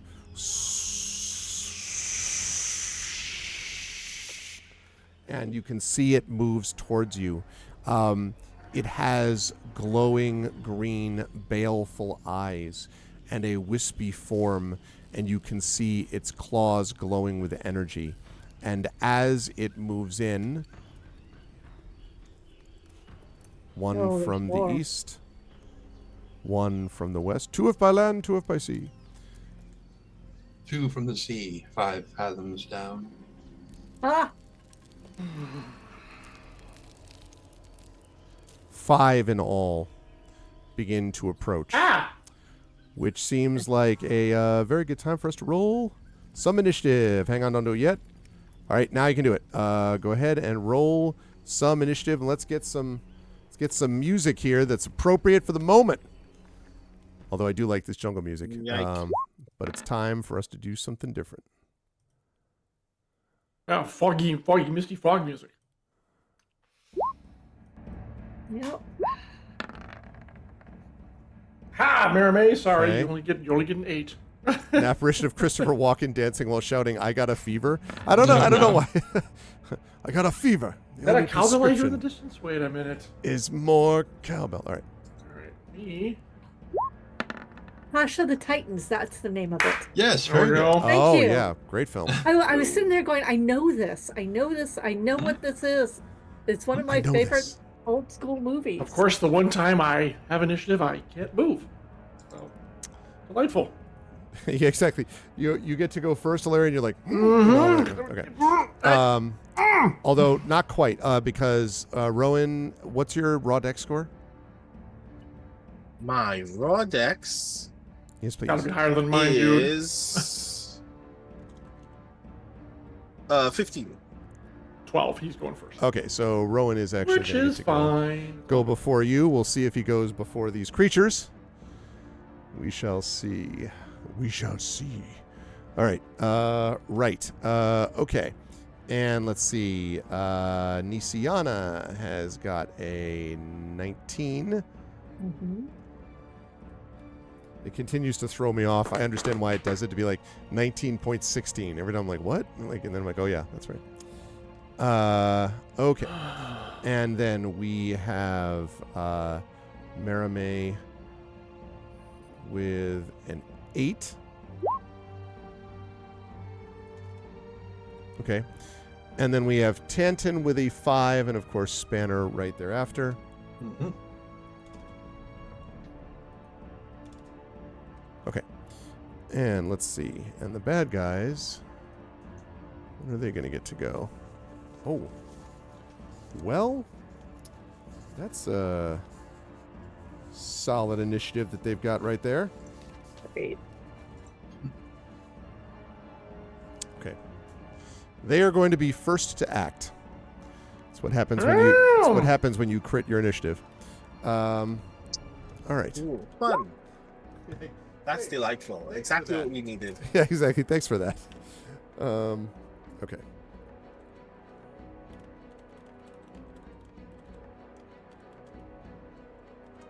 Okay. Right. So they are the first to act. These are flying creatures. And as was pointed out to me earlier on today, flying creatures, like, for example, a certain Starforged, can move at 60 feet, which means these Yes, they can. creatures are able to move in at a rapid pace. So, let me see. They are... Okay. That's what I thought. All right. They're going to move quickly through 5, 10, 15, 20, 25, 30, 35, 40, 45. I think they're going to come to you. They're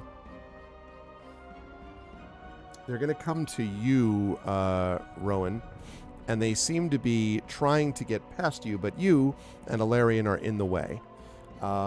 So this first one is going to attempt to attack you. It's going to try to reach out and touch someone. Specifically with a 23. To hit. Jesus.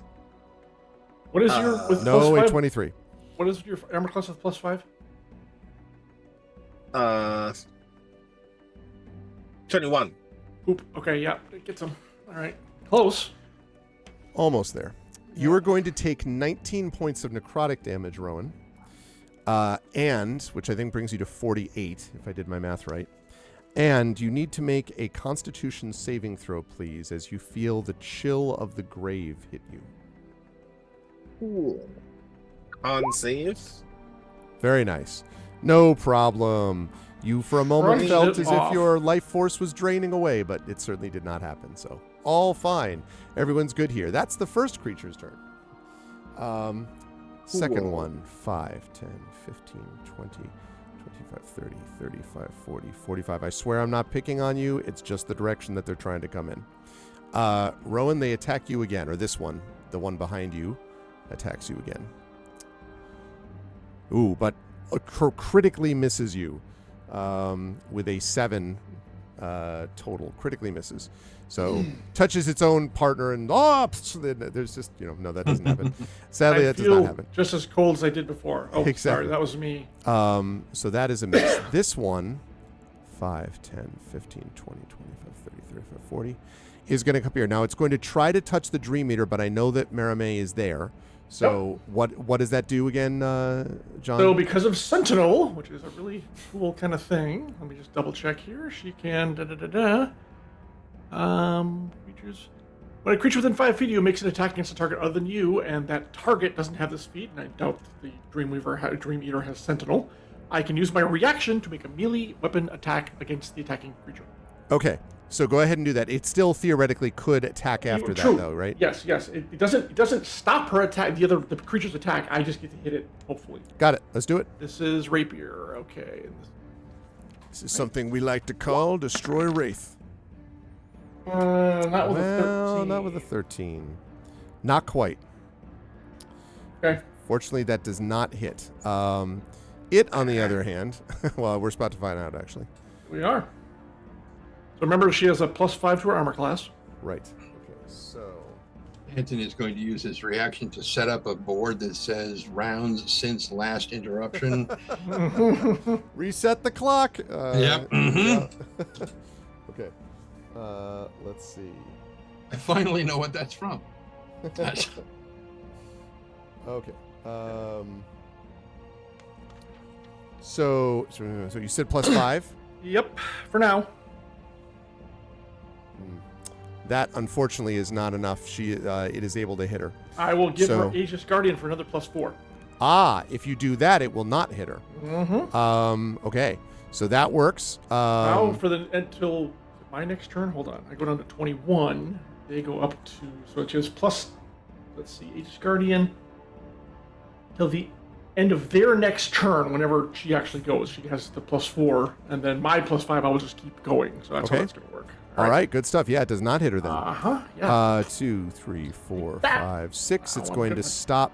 It'll probably I'm come going to along. get mad. It'll probably stop here, and it will attack you, Nisiana. Okay. Oh, that one. Okay. And we are looking at a 15, which is probably not nearly enough. No. Okay. Does not hit this one. 5, 10. Just passes right over that. Is it going to go... No, I think it's going to try to make a beeline, so it's going to stop here and attack you, Tanton, because you are in its way. So we need to basically surround her. We are looking at a 20. Is that enough, including the boost, Aegis, whatever? Don't have that. Oh, He's too far away. It's He's only too within far 5 away. feet. Ah, Yep. okay. So, All right. Yes, that hits. All right. In that case, that is going to do a total of, not a great roll for them, which is good for you, 11 points of necrotic damage. So I think that brings you to 73, but I need you to make that con saving throw, please. Okay. As the chill of the grave. Sure, this will go beautiful.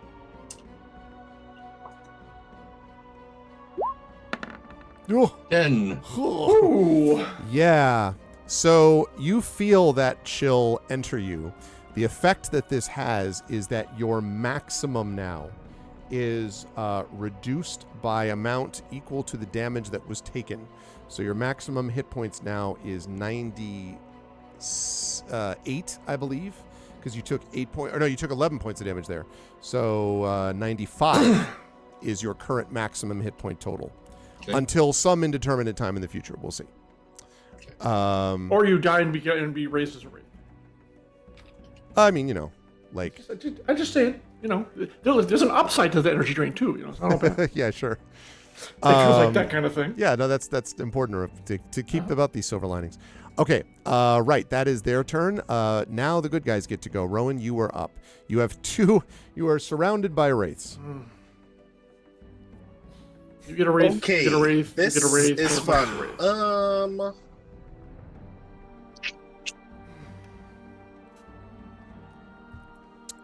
Well, this is a dream That's death's nothing dragon, Echo, so... And right now, they're just confronting Wraiths. It's just a dragon skull. The dragon hasn't like come to life or anything Nope. yet. Yet. It's still a dragon. Yeah. By the way, Trent, I see your dragon buddy didn't help against these things. No, it wouldn't. Right. Because the dragon buddy doesn't help against Wraiths. Yeah, he's not within 5 feet of me, is he? Tanton is not a Rowan. Canton. Well, Tanton said he was staying close to you, as I recall. I don't know if Yeah. that's 5 feet close, but... I'm staying close enough to try to interpose if necessary. So probably would have been. Okay. Okay. Oh, if you're within 5 feet, then my +5? What would my wings do? I'm gonna have to use that here, aren't I? I'm gonna want to use it here. I'll let you, Proficiency. Nisiana, use that next turn. I can't let you use it Yeah, here. next turn. But it is I- something to think about, yeah. Okay. But I was like, I'm actually gonna try and move so I can block the other path Okay. too. Mhm. Right. So I'm gonna try to attack this one, Okay. and as an experiment, I'm just gonna shoot it for first. Okay. 'Cause We all heard most of experiment. my- Like, what? Oh. Most of my combat spells are too close, to put it mildly. And I need to figure out whether these can take like very simple physical damage as well. So Okay. let's try Sunshine first. 16. 16 will hit. Okay. 7 piercing damage to this one. And this is magical, right? Because of the work that Tanton did? Okay. That's what I want to make sure. Right, yes it is. Okay. Yep. It takes I that. forgot it is magical damage. Okay, Which cool.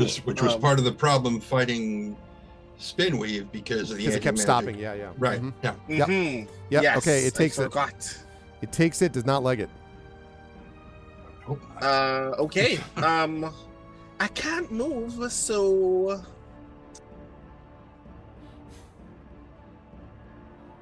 hey, yeah. You could clamber up on the skull. I'm sure that'd be fine.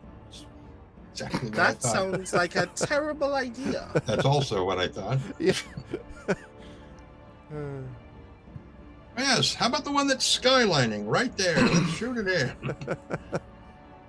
For obvious reason, can I? What mathematic do I need? Wait, I can. I guess. Okay. Let's. What do I need to quicken spell? What would be useful in this moment? God, everything is so close. I am going to draw 20 feet. I need the GM to tell me if roughly this is a 20-foot radius. Wait, nope, this is not a 20-foot radius. What's this? 5, 10, Is this 15, less 20. or more than roughly 20? That's about 20. 5, 10, 15, 20 would be about here.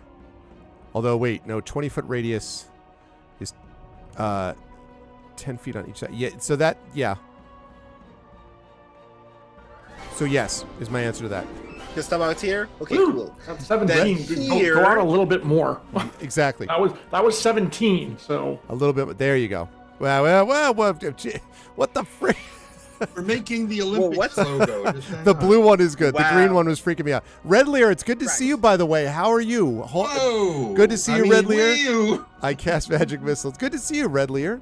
Thank you so much for being here. And yes, that I really appreciate the support. Thanks, man. Good to see you. And yes, 20 feet. That Right, works. so around here, I am going to cast Synaptic Static. Okay. ha! Great minds think alike. Synaptic static, but not when they're Unless hitting the I- head. Nice, Alok. And Thank you. I'm gonna and that means that I need to burn 2 sorcery points to do Quicken Spell to cast that as a bonus action. So that means Each creature in that sphere must make an intelligence saving throw, but a creature with an intelligence score of 2 or lower cannot be affected by the spell. Please tell me they have intelligence. Yes, they do have intelligence. Yes. Okay, cool. So both of them need to make. I mean, they have rudimentary tactics, so you know. Yeah. Okay, they have to make what kind of check? Intelligence saving throw. Okay. DC 16. This one is going to make it. This one here does not make it. Okay, so that means one takes half of 86 and the other takes the whole 86. Okay. To be clear, for those listening at home, that was 8d6, not 86. I mean, I'm good at the 86. Listen, I know what happens in D&D when you go to a dragon's graveyard. I know what happens to the power of these things, okay? You don't want to mess your with weapons recharge, yeah, all happy. And, like, everything you do destroys planets. Okay. Right. So one takes 29 and one takes 14. Okay, there is a terrible hissing sound. Let's see. And I think... let's see. Who hit? Was it Marame who hit? Oh no, it wasn't Marame. Or Alarian, was it you? Who is it that actually hit one before? Someone shot it? It was. One. So it's the same one. Okay. Yeah. All right. So it's going to take half of that. That's what I thought. Okay. So. Okay. I think I shot the one that didn't make it. You were shooting the really? You said the north one made it or did I get that mixed up? That's right. The north one made it, made it, and the one to the west did not make it. Right. Yeah. So you shot the one to the west. Okay. Yeah. Okay. That's right. So that then does help actually. So it does not mean that it's dead. It was already dead. Okay, let's see. I watched showed my kids The Great Muppet Caper. His first time they've ever seen that yesterday, which has one of the great sequences in all of cinema, which is the criminals getting ready to rob the diamond, and they're like, laser sight, detonator, and then the Muppets are like, whoopee cushion, wax lips. Like, it's a funny Man, thing. I just had him. But peanut butter, animal ate it. God, But I mention it here. Now, oh God, why was I mentioning it? Because you said that you hit the... I completely forgot why I started telling that story. There was something related to it. I'll figure it out at some point. There was some really funny reason. In the meantime, you should watch Great Muppet Caper. It's great. And I'll remember... Also, go ahead. Yeah, this is the part where I idly mentioned, since we are talking about watching media that involves heists, that one of these days we need to talk about the fact that our good friend Noel finally got me to finish season 1 of Andor. Oh, nice. Which I have lots of thoughts about, and it is very good. Okay, very, very cool. Also kudos to your friend. Talking about heists. Also about heists. Alan Rickman in Die Hard. Hit it again. Hit it again. Thank you, Cowboy. I'll take it under advisement. Hit it again. Okay. Also, I'm going to BRB very quickly. All right, so you hit them, which leads us to Alarian with Nisiana. Does it, though? Does it? Really? Yes, it does. Because I feel like there's like some kind of an untamed sorcery or a wild magic sort of thing. Right. Oh, that's right, the wild magic surge. I would have remembered that by the end of the round.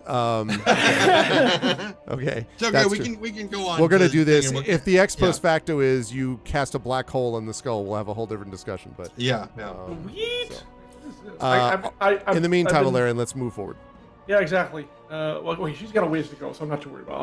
I'll research the spells later. All right, so I can't remember if we had arranged for this to happen or not happen. So when you and I talked about upping the damage for Iron Titan, the typical thing of the ability is that I get temporary hit points equal to my Aegis level. Did we remove that, or do I still get that? I honestly don't remember if I traded that off for the improved weapon damage.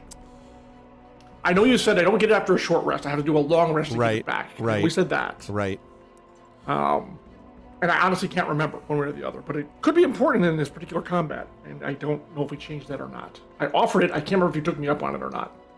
I think I probably said that you could trade it in because it was about how you were altering you were evolving defense for offense. Yeah, basically. basically. Okay, that's fine. That's fine. I think what All it right. is. Also, I just remembered before you go on why I brought that subject up, because when I was talking about the thing, we were making a joke about the thing about like, well, they were already dead. There's a constant joke in the Great Muppet Caper about we can catch the criminals red-handed, and someone always makes the joke of like, what color were their hands before? Followed by everyone looking at them and giving them like, why are you giving us the dad joke? That was why. Far unnecessary for me to bring that up, but it was going to drive me nuts if I didn't remember why I was bringing it up. Sorry, on you go, John. Yes. Thank you. So, all right. Beginning of my turn, which is when I say I have to start using it, I actually use it. So, Iron Titan ability. Okay. Then, bonus action, I pop my spikes. Okay. And then my last action is to re-extend Soul Fortress. I won't even make an attack this round. So, I'll just skip that. Just keep it Soul Fortress. Got it. Correct. And you don't have anywhere to move because you're keeping the yeah, keeping the pretty way. much. But now my soul spikes are even larger. So there we go. Even larger soul spikes. Okay. So yeah, I'm good, and I'm just. I guess I don't think I can. Can I call defensive? What is it? The defensive move or whatever? Or yeah, but but that would be on yourself. That's still an if action. you were going to be yes, and well, that's it would what I be mean. Yeah, but it gives like disadvantage to anyone trying to attack, but they're trying to get around me anyway. So and also the dodge action. Right, exactly. And it'll be trying to attack you. Yeah, that's fine. Which they're not really doing. Right. Okay.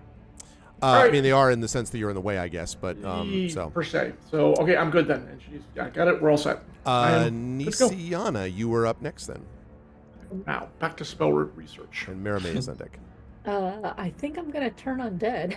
Okay. Now remember, based on your location here, Yeah. you're still within that 30-foot range. Super. Maybe I mean, like could- it's very careful tempting. spell. No, you're not a sorcerer. Never mind. 30 feet is. Oh my God! Yeah, it's gonna take in a lot. Well, not that much, but Hell to the yeah! well, so that'll be great against the undead. What you don't know it'll do is what it's going to do to the undead Which I can't with whom do. Okay. the Dream Eater is trying to contact. Caught them dead-handed. There you go, Bit. That's what I'm talking about. Oh, wait. Can I banish? One. Rowan, while Nisiana is figuring out just this part of the move, it has been pointed out that a wild magic surge is awaiting us. Hold on, That's fun. Let's do that now then. Instantly banish all spirit creatures within 30. Yeah, right, exactly. Destroy all dragon skulls. Wait, no! Here, I'll play with that. That works. 12. Never mind. It was all Nothing fine. happened. One of these days, It's something gonna very happen. catastrophic will happen. Yep. I guess I'm just gonna shoot the dude in front of me with my crossbow and use smite on it. Okay. Smite. Where's my light crossbow? There it is. Does it actually add smite? Yes, it. Well, let's see if that does. Does 14 hit? 14 will just miss. Okay. In that case, I will also take a 5-foot step. Oops.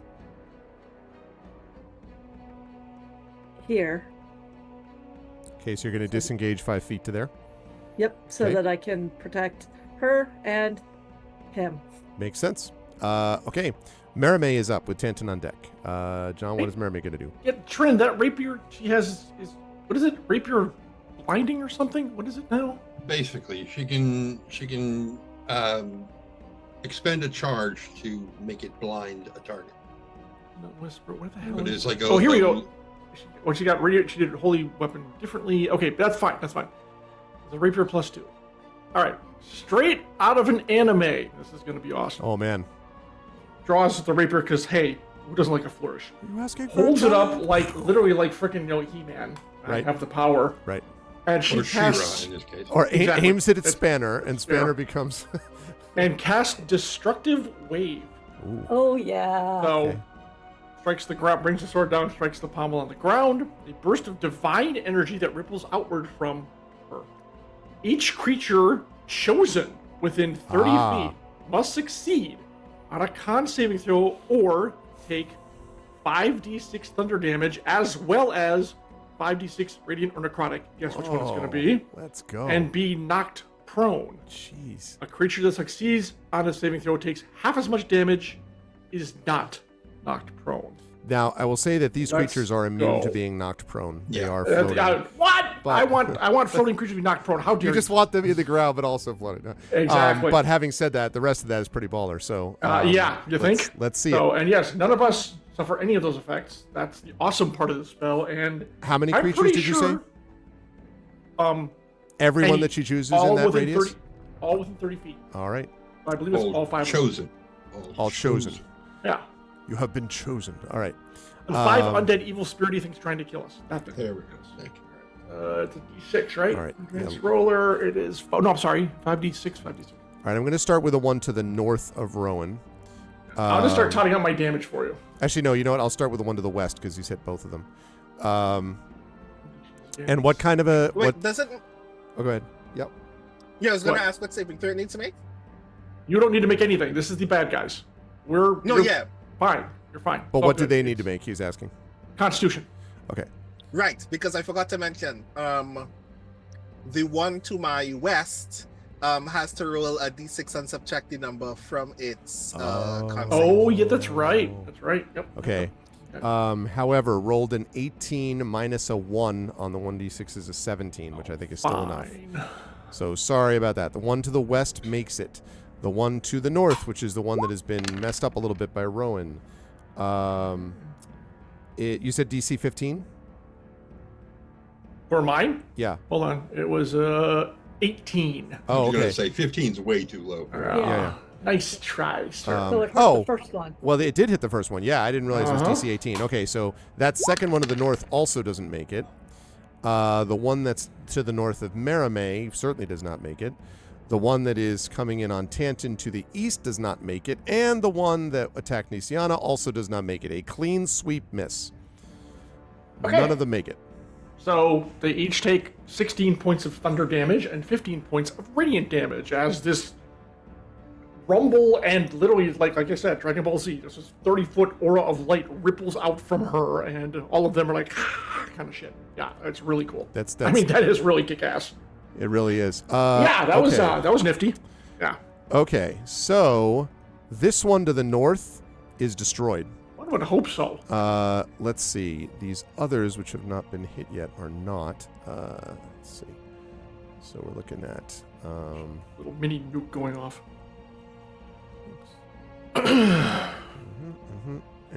Okay, great. Well done. Yeah, Nice work. fantastic. Absolutely. I'm good. I'm good for now. Okay. That is going to lead us to Tanton, who is up next. Well, Tanton is going to start shooting at people. Okay. I'd advise you to shoot at the undead wraiths. Yeah, so Yes. anyway, I started Not blasting. people, please. Yeah. Anyway, he started Oh, blasting. I just thought, yes. I was since I had the 2 attacks, I was going to fire at Meramay and then at the Dream Eater. But okay, I think you're right. I thought it might be in everyone's best interest if you maybe. I think that's a good Yeah. idea. Hey, So Prince I'm going to Justin. shoot at this ethereal douchebag over here first. It's about right. Anyway, I started blasting. Right, I did. The fact is, Okay. Danny DeVito who says that line is just all the more fun. It is really. 24. Okay, that will There we hit again. go. You're sorry, against the one to the east here. Correct. The creature rises to the east. That will hit. And that is going to be 7 magical piercing. Okay. Oh, that was really bad.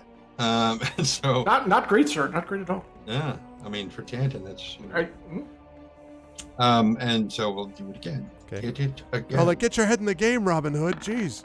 Yeah, no shit. 14. 14 is miss, just a miss, barely. Okay, but you have hit it once. It did not like it. I would hope not. Tanton, are you moving anywhere? Are you staying where you are? I'm staying where I am. How about Spanner, who goes up next? Who goes out next? Spanner What's is Spanner still basically guarding the Dream Eater. Okay. From the southern side, right? Like, obviously can't... Correct. Yeah, okay. Right where he's standing. Okay. Sounds good. All right. You hear the Dream Eater's chant. Oh, go up a note. Okay. 1 round down. Brings us up to the top of the round. The bad guys get to go. The one, looking rather shaky perhaps, is going to attack Rowan, which has previously devastated it. Let's see. All right, it is going to reach out to Rowan. And touch someone. And touch someone with a 25. Oh, jeez. That will hit, I assume. Is there? Do you have any? Yes, it will. Yes, it will. That obviously hits, yes. Yeah. Okay. All right. I only have 23 thanks to... This is... I did what I This could. one wraith hates me. Like, I did something to this ghost in particular. You guy did this. Okay. You are going to take 25 points of necrotic damage from this thing. Yeah. And I need you to make that classic con saving throw. 24. Yeah, no problem. Jeez. Your max is not I diminished. thought you had a problem with concentration. It's all fine. Yeah, right? All I need is to get touched by a wraith one more time. So what you're saying is I'm going to have to pop Aura of Life sooner rather than later. Okay, the other one Touched by a wraith, the CW version of Touched by an Angel. This one, jeez. This one is going to reach out for this one here. Is going to reach out for the Dream Eater. Now you can Bang, do bang. your reaction thing. Oh, hell Yep. yeah. Yep. You know it. And hopefully this time, actually, hear that. +2. Smack. For one. Nope. That's, I believe in her. You do you? Is it a Wait. 1? Is that it looks It like was a one? 1. It's it a was, natural one. It was a natural 1. It's a natural 1. Then she believes in me, and let's do that again. I believe in her. Second verse, same as the first. Come Instead on, of- not same as Well, the not first. saying thank you. Yeah, right. Instead of stabbing the tooth of the dragon. There we go. 19. 19 will hit. Yes. And a 10, and then hold on. There's a flourish thing she does. What the hell is it? Oh, just, Kill Wraith Flourish. 50 There- points. there- I mean, several it flourishes. might be actually. Yeah. And of course, where is it?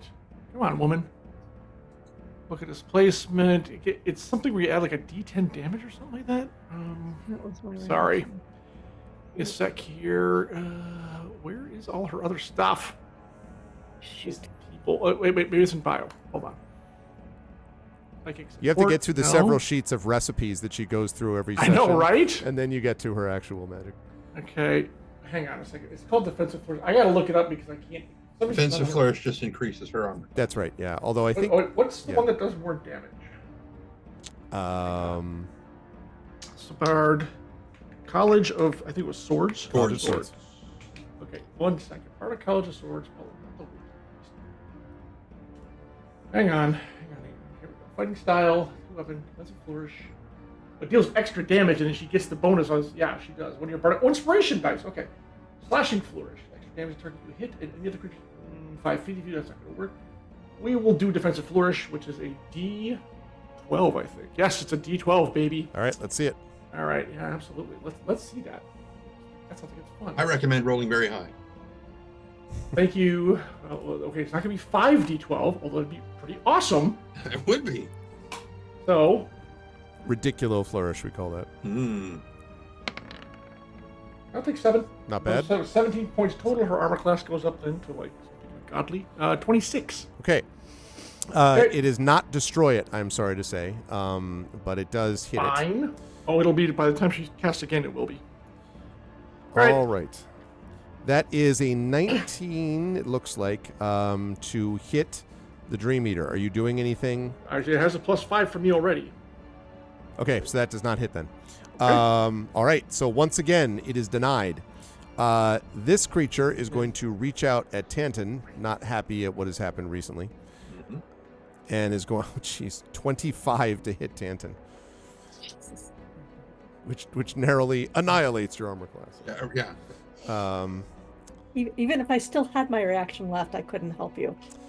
19 points of necrotic damage, Tanton, and you're going to need to make that cons throw again, I'm afraid. Okay, so 73 becomes what? 54, I believe. Okay, take your word for it. Yep, that is right. And a con save. Con save. Con! You can't save. Oh, you can. You can save. Okay. But I do have a question. Yes. The negative energy thing when you heal someone, Yes. it imposes disadvantage on everything once you pass your maximum. Yeah. That's true, actually, because you're thinking about it diminishing. Yeah. So No, it's because how my- many negative did you have, though? Well, I mean, I was at 106. I'm now at 95. So that was 11 points of negative energy. No. I mean, when No. the life force drain thing. So my new maximum is 90. Yes. If you were to heal, you mean, in other words, if you were Right, to heal, yes, that's correct. Yes. So 95 is my new threshold. Correct, unless you for miss that. this con save, in which case it'll drop further. But yes, that is correct. Which I didn't. I made it 26. Oh, that's right, you I did. So you're presume. fine. Yes, that's Okay. correct. 95 is your new maximum for that until Okay. such time as that is fixed by something. Okay. But yes, that is right. So that was Tanton. That was okay, right. And then this one on Nisiana is going to come up and attempt to attack Nisiana. Oh, also Nisiana, did you hit that one when you tried to shoot it? I did not. You did not hit it. That's what You I just thought. 'Cause that missed, was what yeah. happened. You just missed. Yep, that's what I thought. Okay, so it comes up to you, Mhm. and let's see. We are looking at a 22. That hits. Because I can't use my reaction because I already used my reaction. Right. But I'll use my reaction to give her +4 this round. Ah, so you can do that. Okay. Yep. Which means that she will not be hit. Go. All right, good stuff. Huh. The power of a Team. Spirit Guardian. of a Or Spirit tank that Guardian. can just move things around. Yes. Uh-huh. Yes. Okay. Little good moat stuff. comes over you. Doot, doot, doot. That is that, which leads us to Rowan is up next. Rowan has felt better, I would say. But Rowan, you have one of these remaining that you've done a fair bit of damage to. Because I'm actually curious if it's almost dead. Hard to know, but you have definitely, based on the damage you did to the other before the other was destroyed, you think you're getting there with this one. So let's experiment again by just shooting it again. Okay. Shoot it again. Oh, Oh, nice. 25. Yes. 25 to hit. Unquestionably a 9 hit. piercing damage. 9 piercing. Starting to look pretty messed up, but it is not Oh, destroyed shit. yet. I didn't mean to do Suddenly, that. Nisiana throws herself in front of you, Yeah. takes the Sorry. bullet, and shoots Instinctual Sacred, sacred flame. and I'm- shoots Sacred Flame. It's roll 20 because in certain things, if you click on it, then you can see what it is. If you hit the No, I know. I'm just, We've like, all never been there. sure which one's which. I just had this image of you being like, there was this again is more sports ball talk, but there was a baseball player, Manny Ramirez for the Red Sox, who was known for being a great player, but not particularly high baseball IQ. Like, he just did weird things on the field sometimes. So there was a case where a guy threw a ball from the outfield, like you do, to try to make a play at home plate. And for some reason, Manny Ramirez running in cut off the throw, like in the outfield, like basically made this brilliant leaping catch, but then had the ball. And they were like, what do you do? Like, and then turned it through the ball. So I just had this image of you like leaping in front of the bullet, being like Sacred Flame. Anyway, Yeah. it didn't happen that way. Sorry. Okay, so it I'm is looking sorry. messed up, Rowan, but it is not destroyed. Okay, there's very little else that I can do, so I will just stay here. Okay, that's going to lead us to Alarian. All right. In my embiggened pose, I think I can actually reach out and take a swipe at this guy. Okay. I will keep up Soul Fortress for obvious reasons. And then, yeah, I've got one attack, so I'll take it. Okay. So what the hey? What the hey? He said. All right, here we go. No, that is not gonna work. Crappy damage. Right. That is not going to do it, I'm afraid. Yeah. Okay. Sitting here. That's all good. Okay.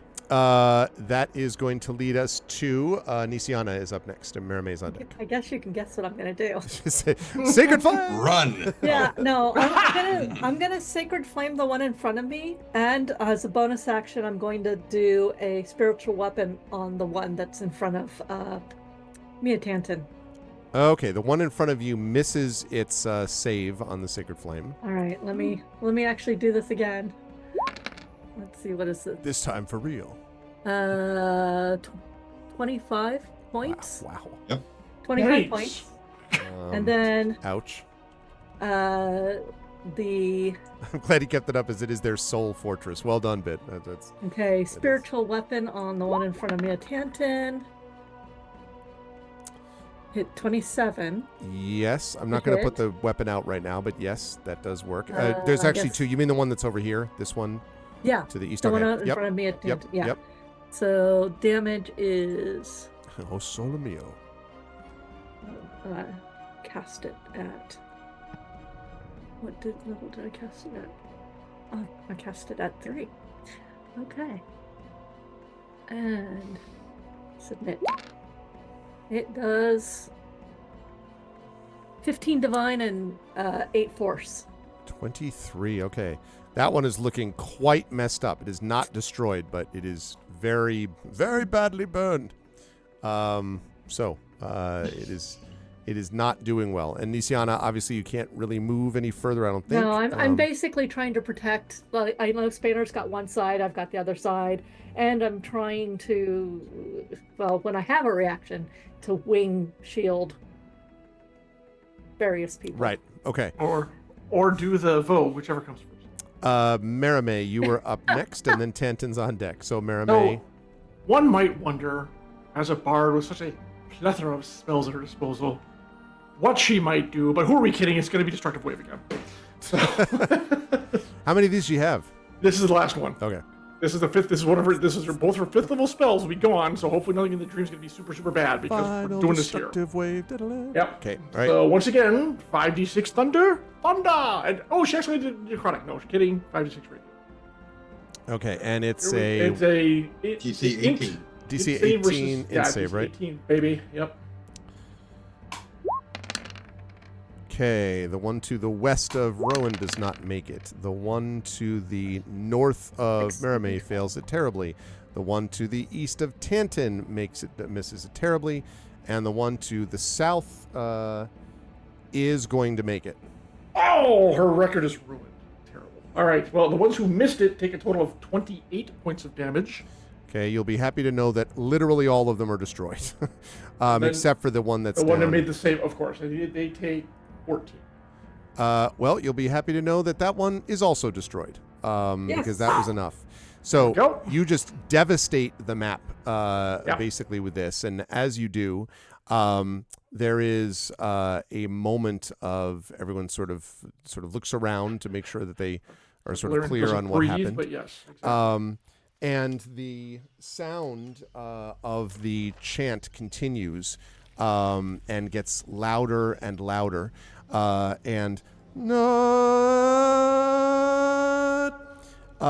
And just before, let's see, that was the beginning.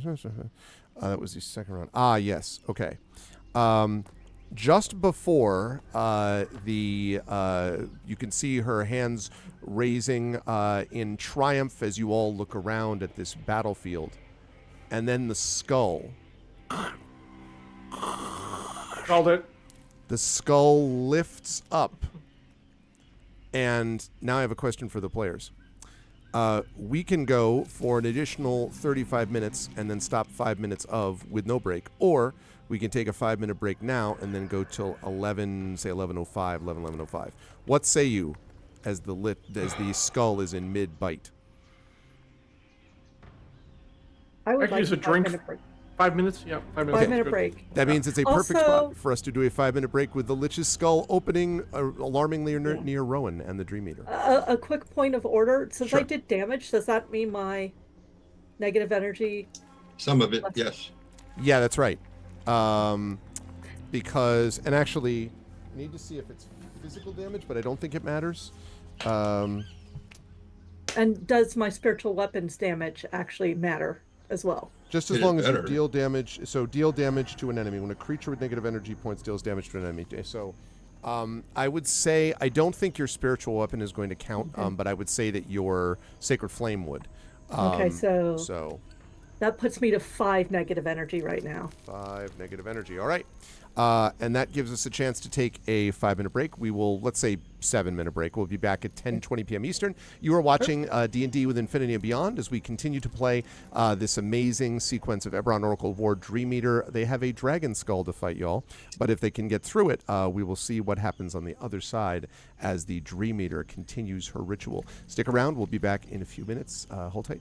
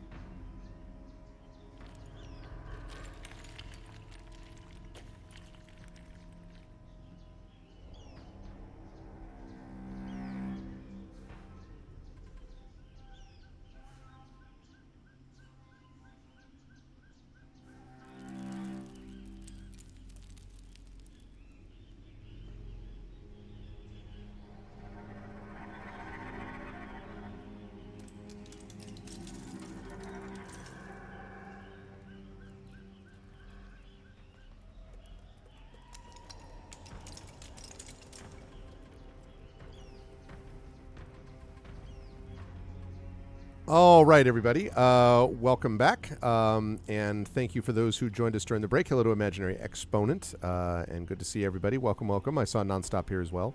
And welcome back with the Infinity Beyond crew, joined as always by... you're holding a Go hand. ahead. I'm just saying yeah. before we continue. Yes. Trent Sparks and Marie Bilodeau is not with us tonight, but will be with us next week. Of course, we're joined by John Helfers, who is Jaegering Maramé with a lot of flourishes, quite well, and doing some dramatic roar things too as well. And of course, Jennifer Brozek and Brandon O'Brien. As we have to deal with a dragon skull. But before we get there, Trent, yes, you had a question. So or a comment. this is not me calling bullshit. This is me asking for a DM ruling on something. Okay. That occurred to me. Okay. So if I make a potion and someone else drinks it, I accrue the negative energy. If I make a healing bracelet and somebody else uses it, I accrue the negative energy. I think I see where you're going. Thus, if something you magically enchanted hits and damages something, do you get the negative energy back? Or a spiritual weapon does. That's right. So it claims not. Now, I would have to think about whether the DM ruling is about that, but it says no. But I mean, they may not have thought through all of the possible ways that this could apply. Yeah. I'm inclined to say that it probably should, because if we're going to allow potions and things like that to affect other people at a distance, so I think it probably does. The only thing I'll say is I am therefore interpreting it pretty loosely, which means, healing that's coming, like you talked about this with Arcane Jolt or whatever, like things that do that stuff are going to affect you. So yes, so given that that's the case, the only thing is, here's the thing though. The only thing about that, though, is if it's enchanted weapons that other people are wielding, I'd say no, because you can't double dip. So, like, they can't get the... Like, for example, let's say you enchant Nisiana's crossbow. He did. Which he did. Nisiana cannot get the benefit of using that, and that goes to her, with you also getting the benefit of it. Right? That's not what I mean. Or that's not the point I'm trying to make. Oh. The point I'm trying to make is her spiritual weapon is her weapon. So it would be a weapon. I see. So it's not that you're talking about the spiritual weapon. Yeah, that's fair enough. That's a good argument.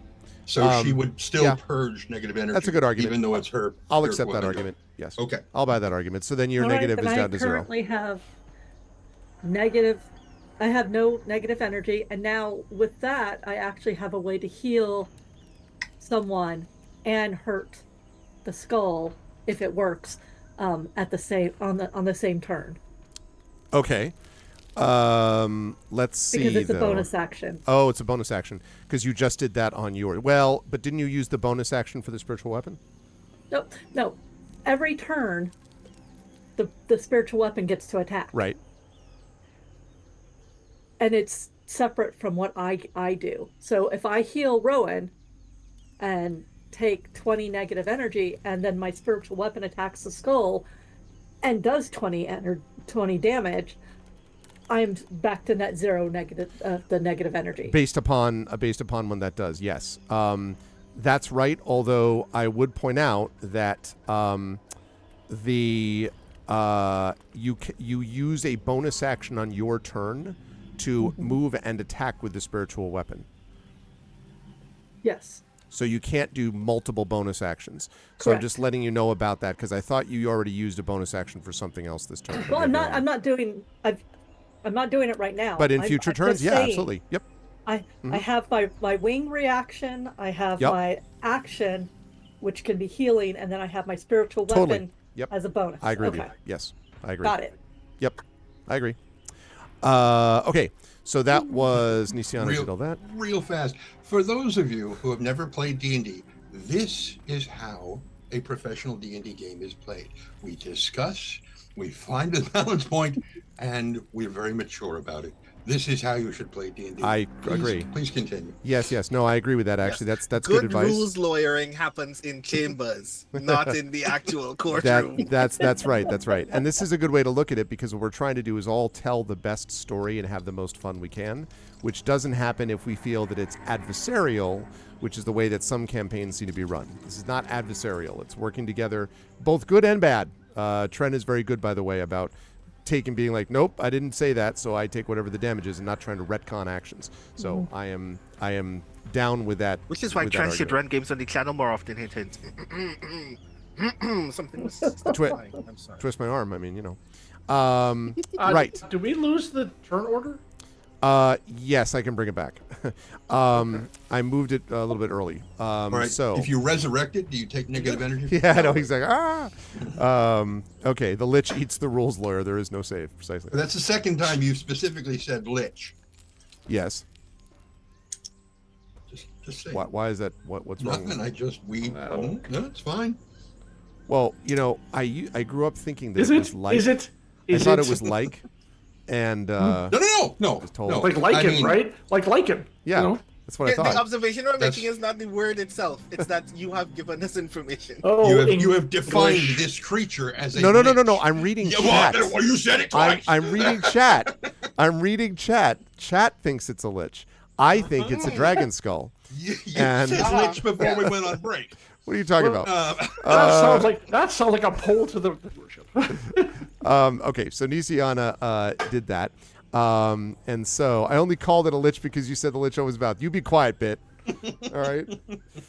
The truth is that this certainly looks a little bit like that. It's actually not exactly a lich, but It's okay. There's a bunch of people who say we're the King's Citadel when they're not supposed to know. that's true. So That's very true. Let me bring in a little bit here of. little bit? No, sorry. I'll stop. No, you won't. No, we all know A you little bit won't. dramatic that. Okay. So the creature opens its jaws and then gives a howl, which is also literally, it feels a little bit like it's reflecting the sound, basically, of the sound of the Dream Eater. I need everybody, please, to make a Constitution saving throw. Oh, Hey, Okay.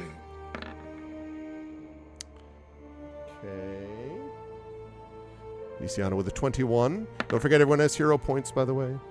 God's sake.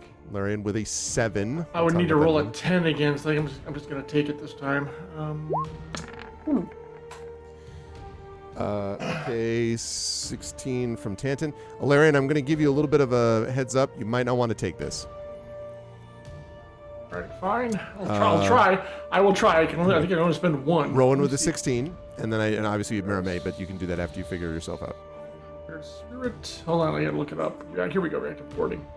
Let me double check. Keep the highest. I could spend more. All right, I'll spend 2 of them. Let me get her out of the way Okay. first. Her name is Miramay Hawksmoor. That's what I meant to say.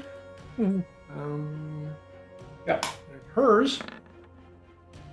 Ooh, that's not great. I can't help her. Nothing I can do about that. Does Sorry. she have a hero point?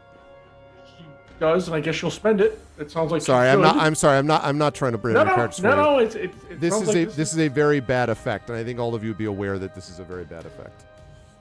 So Doom. All right, hold on. 6. I think a 5 or a 6 is what it sounds like. And she gets a 4. That's a 14. So, Okay. and I don't see anything else. Well, there is one other thing that could happen. Well, let's see. Nope. Is it psychic damage? it's different than that. Okay, then that won't. She has resistance. That's all. Okay, All right, me. I'm gonna blow 2d10. but go ahead. As you're doing that, go ahead, Trem. What are you thinking? Flash of genius. Add 5 to it. Okay. Well, that makes So, that a 19. 19. Got it. There you go. Okay, so Larian. All right, I'm rolling 2d10. I get to keep the highest one. Okay. Nice if one of these was like, what do I need? Oh, I need a lot. Well, 7 plus 8 gives me to 15, so there is that. Okay, gets you 15. Yep, So I guess I'm gonna take it. It's the best I can do. okay, so it looks like everyone is at 15 or above. Okay. Yes. Okay. Oh, and then I need to roll for.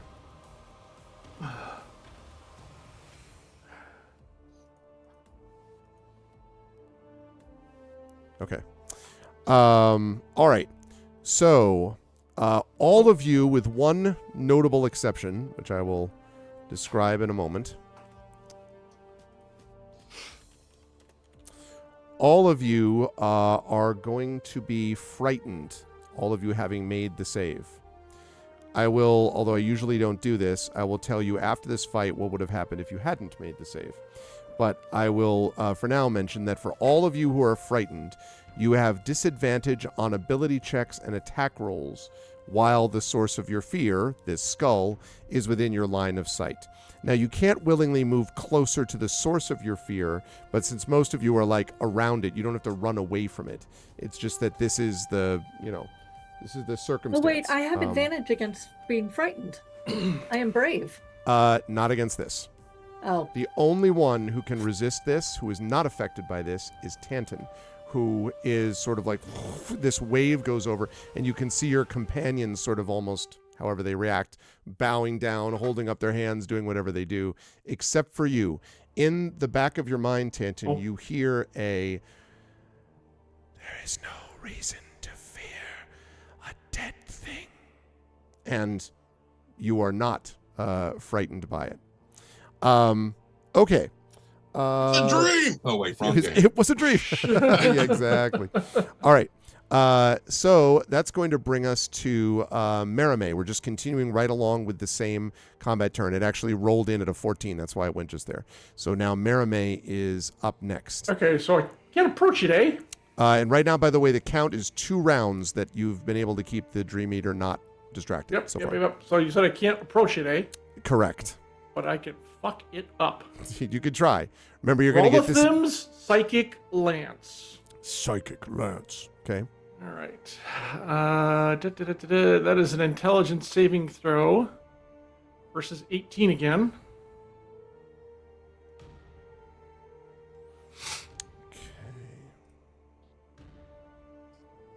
Okay. What's the DC? 18. Okay, does not make it. Okay, good. Oh, that's even better. All right, so it's going to take 7d6 psychic damage, right? Yes. And is incapacitated until the start of my next turn. So, here's the damage. 20 points, and is incapacitated until the start of my next turn. Boy, it's got a big list of condition immunities, but not incapacitated, though. Aww. So, what a shame. Yeah, all right, I guess it won't be taking its legendary actions then. So that makes me feel so sad. I know, I figured. Good stuff right there from Merime. All right, that's going to... Incidentally, those people who have ever had the audacity to claim that bards really don't have much effectiveness in combat, I just wanted to give you a sense. She's going to seduce the dragon. Just be patient. Yes. Gotta soften him up first. Exactly. Okay, good stuff out of Merime. I assume Merime is not moving.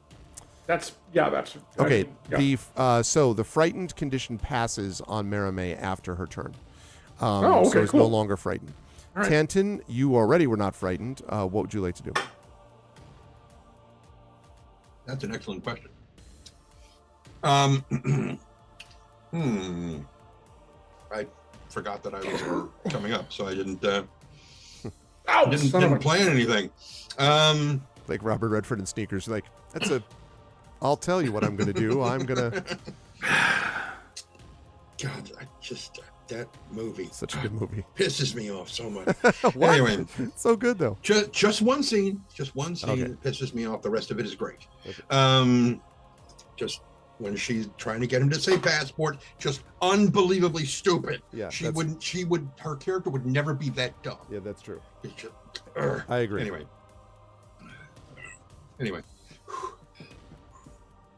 Right. So, what I'm going to do is a thing that I really should have thought of beforehand. Before doing. Oh, right. Yes, that's what it was. I am going to go over to. No, I'm not. She's standing right next to me. I'm just going to reach down and touch Isiana. I'm going to cast Heroism. Oh, nice. Okay. You are now immune to being frightened. Oh, Outstanding. that's nice. And you gain temporary hit points equivalent to my Spell modifier, is that right? Equal to my spell casting ability, which is 5. Yes. So 5 temporary hit points, and you're immune to being frightened. Do temporary hit points stack? Because apparently I had No. 5 before. Okay, well then that's still at 5. Okay. 5 10. Okay. All right. Good stuff there, Tanton. Are you moving anywhere since you can move wherever you like? No, I have a feeling there's going to be more stuff coming pretty soon. So How about Spanner? Spanner's not moving either. He's staying right there. Staying right where he is. Okay. So that means that we get to the end of the round 3. And as her voice gets louder, the creature's, the skull, opens its mouth ever wider. And then, and I would say, Rowan, you probably get a sort of front row seat to this, maybe Alarian too, because you get to see the... Isn't it Sorry. incapacitated? Yeah, I was going to say, is that until the end of End of Miramay's turn? Miramay's turn. Right, the end of Miramay's turn. This thing, well, you're going to, it's not going to attack you. Don't worry. But if it's immobilized, it can't move. Yes, it's moving because this is not actually happening on this plane. Okay, all right. As okay. it's opening, you get to see a front row seat, Rowan and Alarian, because the eyes of the Dream Eater suddenly flick open, and you can see that they look almost like these sort of dark pools, might be a better way to put it. And she stares, and in your mind, or in your sort of vision almost, it looks as if she's sort of like almost lasering with these black eyes, these black lasers into the skull of this thing. And as it opens, you suddenly see inside it, the mouth, what looks like a swirling black portal. And she looks at the both of you and then steps forward and into the portal. And all of you feel yourselves being sucked through this portal. Okay. And the world around you shifts to an entirely different scene. You stand on a devastated battlefield, and you are surrounded by disorganized hordes of demons scattering in all directions. The ruins of a shattered keep lie before you. Abandoned siege weapons are scattered across the bloody ground, and piles of smoldering corpses dot the landscape for miles. Strangely, though, these details and the fleeing demons all seem gray and muted. The only vibrant color in this dream belongs to the crimson-red dragon circling hundreds of feet above. Now, as you come into the dream, bear with me a minute while I grab someone. We'd like to stay huge. I'd like to stay this large. Actually, I am this large, so you can just leave me like it is. There we go. Let me just reduce you to a more normal level. There you go. It should be better. So just kidding. Wow. Wow. I see how it is. Okay. So let me reduce everyone to their appropriate sizes. We're going to make that a little bit smaller.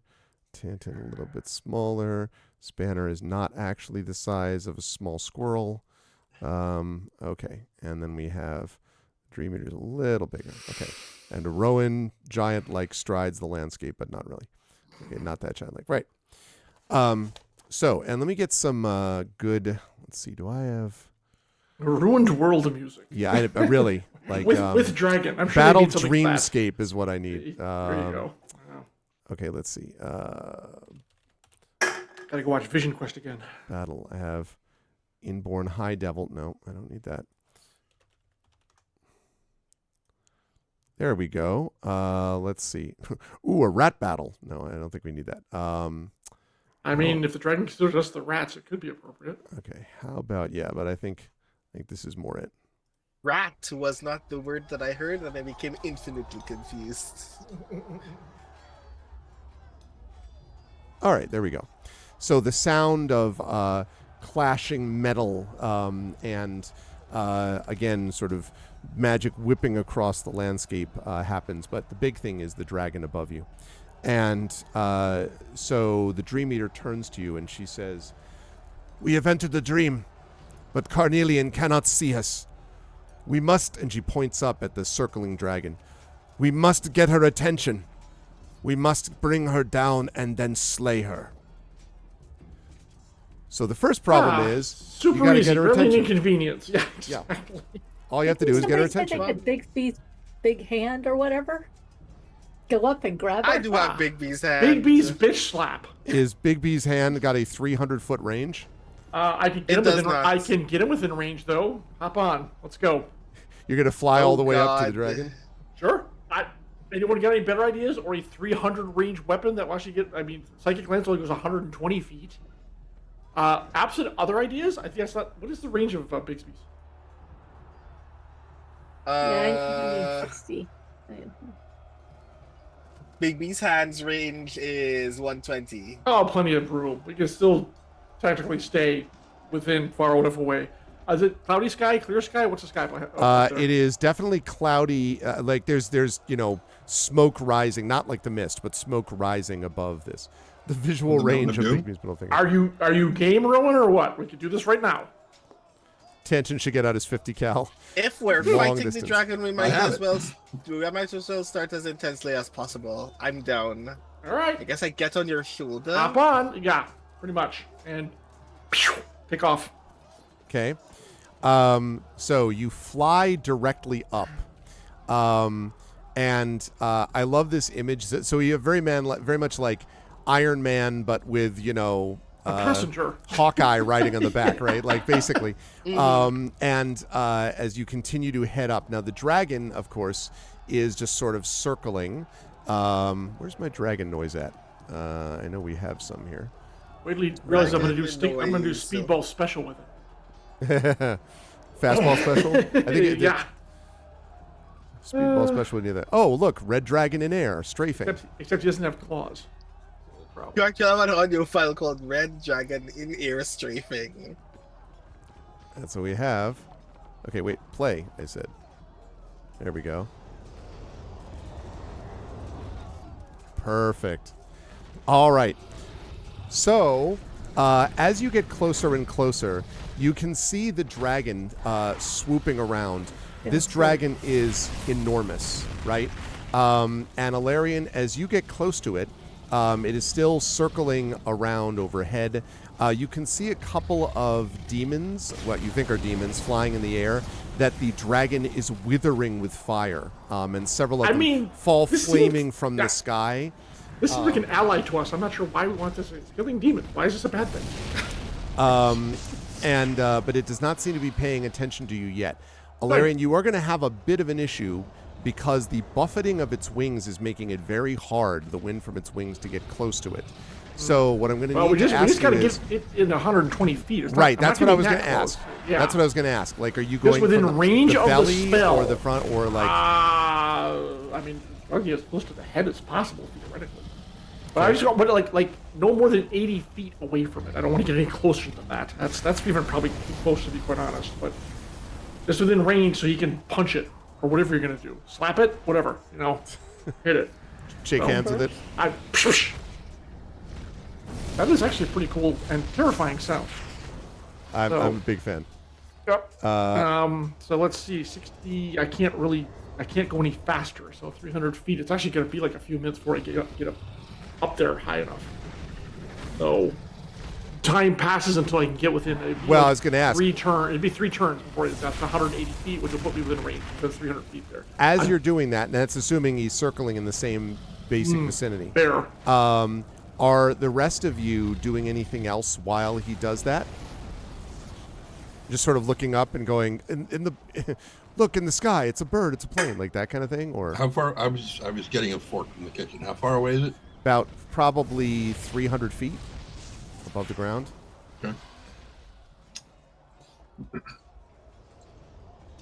My biggest spell is 150 feet, so I have to basically wait until it gets to 150 feet. Otherwise, I can't. Don't worry. I'm sure it'll be coming very soon. Okay. The Dream Eater looks up and is watching, and then looks at all of you as it's moving up and points to one of the siege weapons and shrugs. What? Like the airship. But also, you can wait another minute or so while they're moving up towards it. No, I don't need to wait. 320 is within my range. Oh, really? So you're gonna? Yeah. It's So a you're gonna beautiful thing about having a magical crossbow and being a crossbow expert. It's gonna be a hell of a Or shot. I can't wait. Sharpshooter. I really want this to hit so that we can get the image of Valerian and Rowan moving up, and then a crossbow like shooting past them. So we'll see. All right. I'm tempted to 320. All right, I won't make this disadvantage. I mean, he's a sharpshooter. Yeah, he's a That's sharpshooter. The whole point. It's going to be a hell of a shot. I exactly. can't wait to see it. All right, so this has got to be something, Tanta, where you're not just like casually dunk. I assume you're like. Oh, he's on his back and he's got the bracelet at his feet. Well, that's what I was going to ask. Like, how are you doing this, Tanton? Like, Well, I am right next to this siege engine. yeah. So I'm probably bracing against that and sighting along the thing. I love it. Calculating the leading of a target. For anybody who's looking at me really closely in the mind link, you can see weird arcane mathematical equations floating around in front of my face. I love it. Tanton is a siege weapon. Exactly, I Bid. have a siege. All right. That's why when Dordax Mommy was like, get the 50 cal. I'm like, I have one. It's fine. Here we go. I am a trebuchet. Yeah. Think. 26. 26 will hit. So, Holy crap. flies up towards this thing, and literally, Alarian, you're like, all right, I think we're like the bolt sort of shoots past. I mean, if that gets his attention, that works almost even better than what I have in mind. So it's fine. Yes, it does. Let me, however, get out the stats.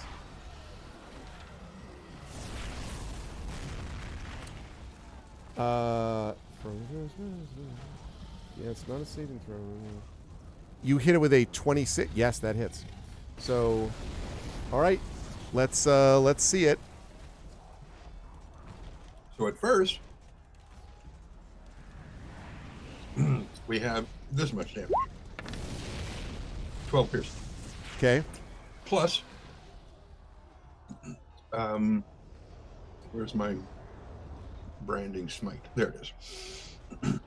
So it's a 2d6 radiant, which will add another 9 points of radiant damage to it. Okay. And just because it's fun, I'm going to add an arcane jolt, Okay. which I have to find again because I can't remember how much it is. I thought I had some. This is why you look it up first, Trent. No, not there, not on that page. Arcane Jolt, of course it's not on there anywhere. Oh, right, because it's on my core page under Arcane Jolt. Right. Level 15, the extra damage and healing, blah, blah, blah, goes up to 4d6. Okay. We add another 4d6. I figure that'll get his attention. So that's another 16. So 12 plus 9 is some number. 21. Okay, thank you. Plus 16 is some other number. 37. Okay, thank you. And yeah. So 37 total points of damage. All right. Opening up with a powerful salvo. So stink, and just hits its basically hits its outstretched left rear leg. And it roars and then turns. This is at the end of you were technically not in combat yet. I will say that as it turns towards you, however, I am going to need, Alarian, you and Rowan both, to make a wisdom saving throw because you are aware of it and it is aware of you. You are within what we call its frightful presence. Hey, Cool. this might Fun. come in handy for once. Exactly. All Let me. right. Larian. I'm going to Tides of Chaos. I owe you a wild magic search. Okay. Said wisdom? 26. You're fine. Wisdom is not my dump stat, but it is one of my best saves. So yeah. So we're looking at, oh boy. 30! No! This is not good. Hold on tight. Yeah. Well, That's not Don't good. let That's not good at go. all. Ilarian, quick note: you are, in case I forget, you are immune to this creature's frightful presence now for the next 24 thank hours, you. Okay, having good. made that save. Rowan, not so much you, although first I want to hear if you're going to do something else awesome. Nope. That was the other. You are terrified. So you are frightened for a minute. A minute length of time, although you can repeat the saving throw at the end of each of your turns going forward. But for the moment, you are frightened. You cannot willingly go closer to it, and you're going to get disadvantage on attack rolls and ability checks against this, or while you're within range of this creature. Although Alarian's the one flying you, and he presumably is going to move in a different direction. They are going to move in a different direction. Okay. Think so, wouldn't you? Now we have a. You'd like to think that, wouldn't you? Now you need to make your roll for wild magic. No, yeah, surge. that yeah? 1d20 was my wild magic surge. Oh, that was at wild 12. magic surge was 12. Okay. Yeah. Right. Okay. I was hoping that something catastrophic would happen while I'm still heading towards the That would have dragon. been really It did great. not. But no, instead what happens is the time has come for a turn order, and I am going to ask us to roll initiative. This is a different combat, so we are here with initiative. And I'm going to fire up some music. Apparently, I'm a little less sure on this one. I apparently am not. Like, I'll that's leave a it. dragon. But I am brave. I am small, but I am brave. That's right. Well, remember, you guys wanted to come down to you, so here it comes. We got it! Did we want that? No. We got it, though. This thing?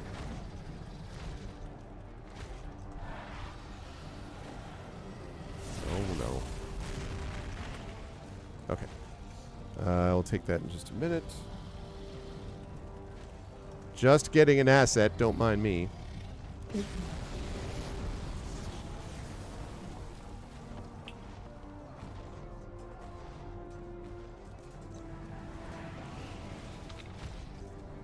Well.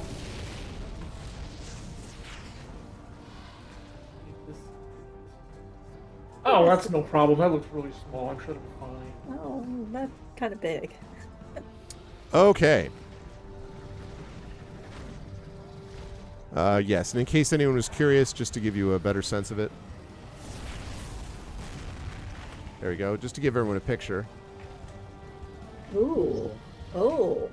That should be about right. Kitty! Kitty. Yes. All right. So. You do have an inspiration for this month? They might need it. Okay, and also, we probably... Well, depends. This combat may move over, go over into the next one, since this is a pretty big fight. Okay, let's see. Alarian has got the 18. Rowan has got the 16. Tanton has got the 11. Tanton probably feeling smug after that shot. I mean, that was pretty... That was a pretty great shot. Yeah. Tanton, what is your just raw deck score? And I need to know what Mermaze is. Mermaze is 18. Is that more than yours, Tanton, I'm going to assume? Yes, All right. because the 11.16, 16 is the number. Okay. Oh, I see. All right. So, okay. So that means we've got... Like Mare Maze would be 11.18 because her deck is 18, Right. Yep. which would sort them in proper order. Yes, gotcha. Okay. That. Right, great. Okay. And this. Okay. All right. So we begin with Alarian. Alarian, this thing is aware of you, and it is now in the air up there with you. I don't know whether you feel like battling an ancient red dragon in the air. But I mean, that is its domain, so I'm going to turn us invisible. It's my first action. Okay. Your first action is to And- go, I'm out. Well, just unseen and just But I am going to keep going, but now I'm going to start angling away from it. But I am going to stay in the air, but I'll wink out and try to get like in some clouds to further obscure ourselves. Okay. Anything I'm carrying also becomes invisible, so Rowan is invisible as well. All right. Okay, let's see. On the end of your turn, Alarian, and also, are you making your way down? Then back. No, I down said to the I'm ground? actually still going to try. I'm still going to try climbing. Oh, I'm hoping the invisibility is going to work, and then cloud cover to try to like lose it in the clouds. That is my plan. Got If you. that doesn't work, I will alter next turn. okay.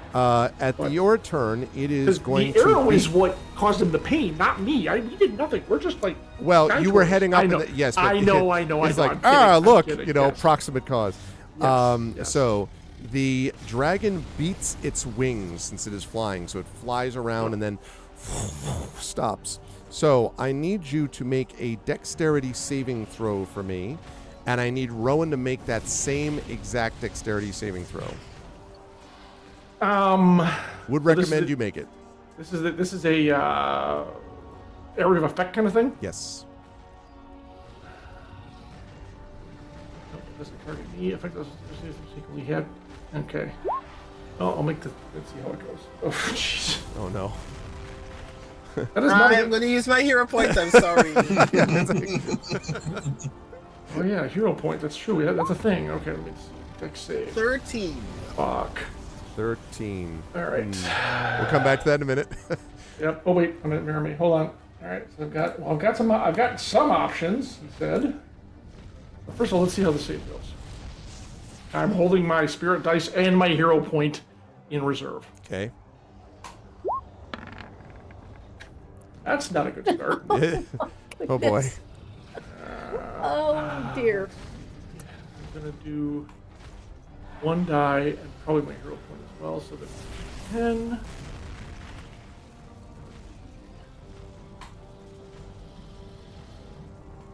Don't fail me now. Oh no.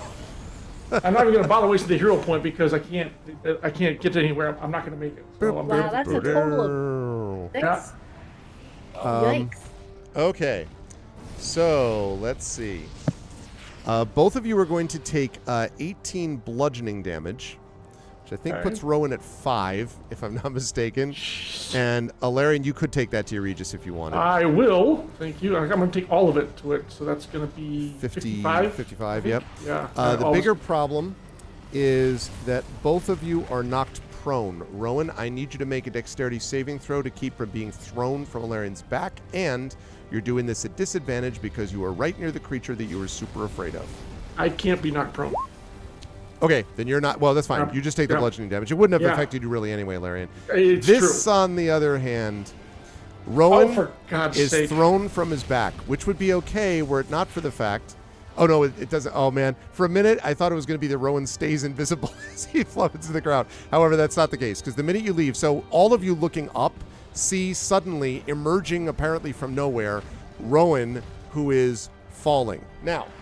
Rowan, you start about, let's see, I think you're about 180 feet above the ground. Yeah. So you were in free fall. So let's see, 180 feet. So Well, this is going to be very interesting. fall. Can I go last? I mean, the good news is we've got 3 rounds to come up with something until he hits the ground, or at least 2 of them. I know that.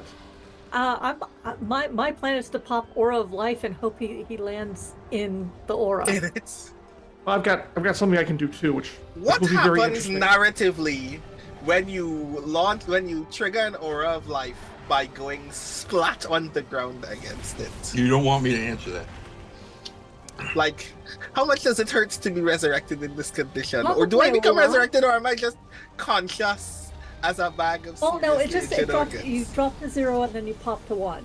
Damage is applied Damage. first. There's so I have Rowan. I have Fine. I have bad news and slightly less bad news.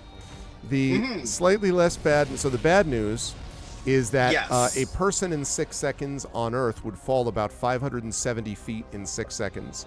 The slightly less bad cool. news is that Xanathar's guide capped it to 500 feet in a single round.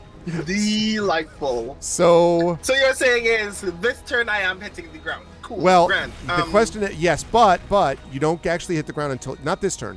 You hit the ground next turn. So the question is, can anyone stop that before you get there? That is the issue. Do I still have an action? Yeah, we haven't gotten your turn yet. I don't think. Yeah, it's my turn next. Hey, I went first, so he's Right. next. That's Your turn is to fall terribly. But actually is a good point but this is happening. You're thrown off at the same time. So you will hit the ground next turn. So you have one turn to figure out some amazing thing that I haven't figured out yet. Yeah, resurrected is soup in someone's inventory. Exactly, Bit. You guys are mean. All right, Rowan. Hey, we're gonna have to. Greg, get out your GM's adjudicator skills because my next. Is it the end of his next turn? Correct. It's the beginning of his next turn. No, that's fine because I still go ahead of him. That's true. That is true. That's the key. Just remember that. Yeah. Although we can figure out some other way to get him on the ground. But I do want to point out that he will be some distance from you over this next 6 seconds. He won't hit the ground yet, but he will not be right next to you. So just be aware. Dude. Okay. In the meantime, Rowan, do you have any thoughts? I am going to ask you, this is perhaps the dumbest or most ridiculous damage related or movement related question a GM has ever gotten in a game of Dungeons and Dragons 5th edition. Oh my god, alright, let's go. I'm ready. If I cast Etherealness, every foot of movement costs another foot. Does that mean then that I would be traveling 250 feet, even though I am not in control of my own movement? You can't change the laws of physics. You can't change the laws of physics that way. If you could turn, because you're not controlling it, if you could turn yourself into mist or smoke or something where you literally were lighter, then your physical body would correspondingly slow. But at this speed, as the sort of physical property, the fact that you're ethereal, or even if you had stayed invisible, would be irrelevant. So I think my answer to that is no. It would slow you down if you were literally moving a certain speed under the control of your own body. This is the control of something we like to call gravity, and it is a harsh mistress.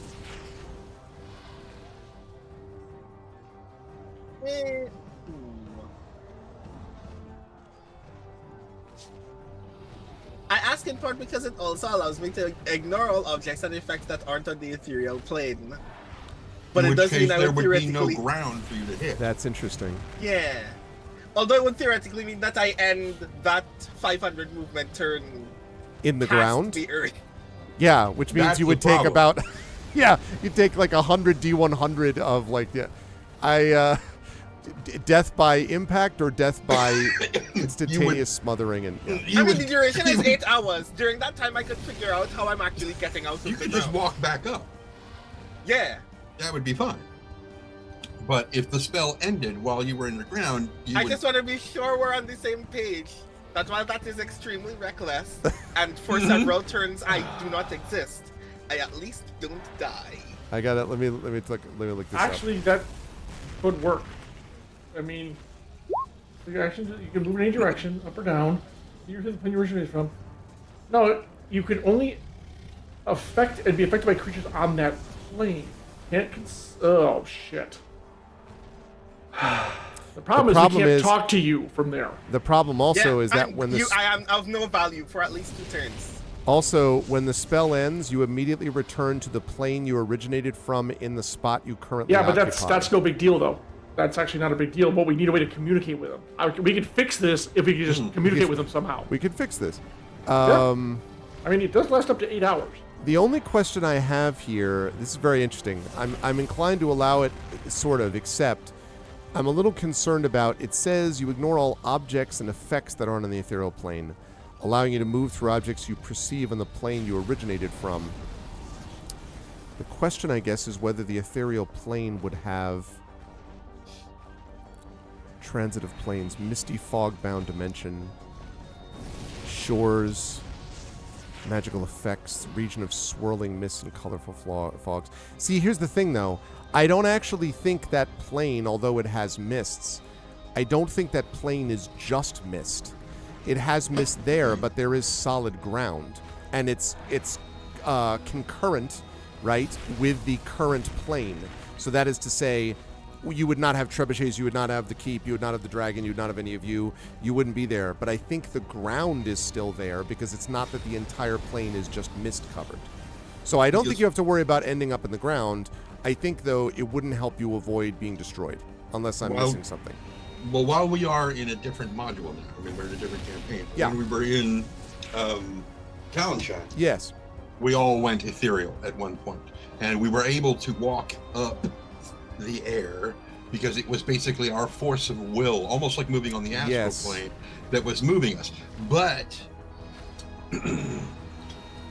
you said, that when the spell ends, you reappear on the plane in the same spot that the spell took effect. Yes. Yeah. Which means that he would reappear in the air. That's again. what I was wondering.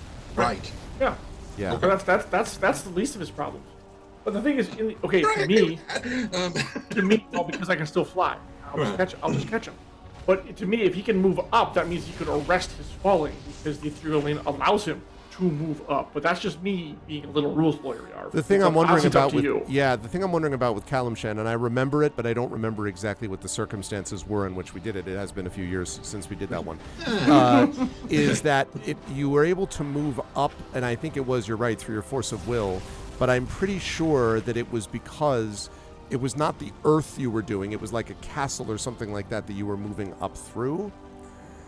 We had used it to get out of the room that we had basically our hotel room that we had been imprisoned in. Yeah. We went ethereal to walk through the doors, and then we were going to go down to the brothel, I think, because we kind of like you do. All right. But there was a point where we were trying to get to the roof, and we were walking up the air. It was spongy, but it was. It says if you move up or down, every foot of movement costs an extra foot. So you can move. Right. It costs you 2 feet of movement in terms of gameplay to make 1 foot of upness. Right. It's basically difficult terrain. Mm-hmm. Okay. The one thing I'll say though is the ethereal plane does not, however, change gravity. So you would still be falling. I am still falling. Right. So I don't think you can. That I would. Yeah. Go ahead. Yeah, the logic is essentially that I will not hit anything in the ethereal plane, at some point fall as much as the earth, start walking or running up, okay, so, and then end etherealness where I would be on the ground. Because here's the thing, I would agree with you, Arvin, except the spell specifically says you can move up. You can move in any direction, including up, which negates gravity in some way. Not if you. It doesn't. But that's not what it means. No, you're saying from standing still. From standing still, exactly. That's fair. That's fair. It doesn't say like when plummeting, you're immediately able to move up. I mean, they probably didn't say someone was going to actually. Yeah. This is not a situation they expected. I mean, yeah. To be fair. No one ever thought ethereal. This could be. Yeah. This is why tabletop is. This is why tabletop is better than video games. Suck it, Baldur's Gate 3. Anyway, so. If you occupy the same spot as a solid object or creature when this happens, you're immediately shunted into an occupied space you occupy. Take force damage equal to twice the number of feet you were moved. So here's the thing. I think then what happens is, and this lasts up to 8 hours. So until you cancel it, and I guess you can cancel it whenever you want. So the thing is, if you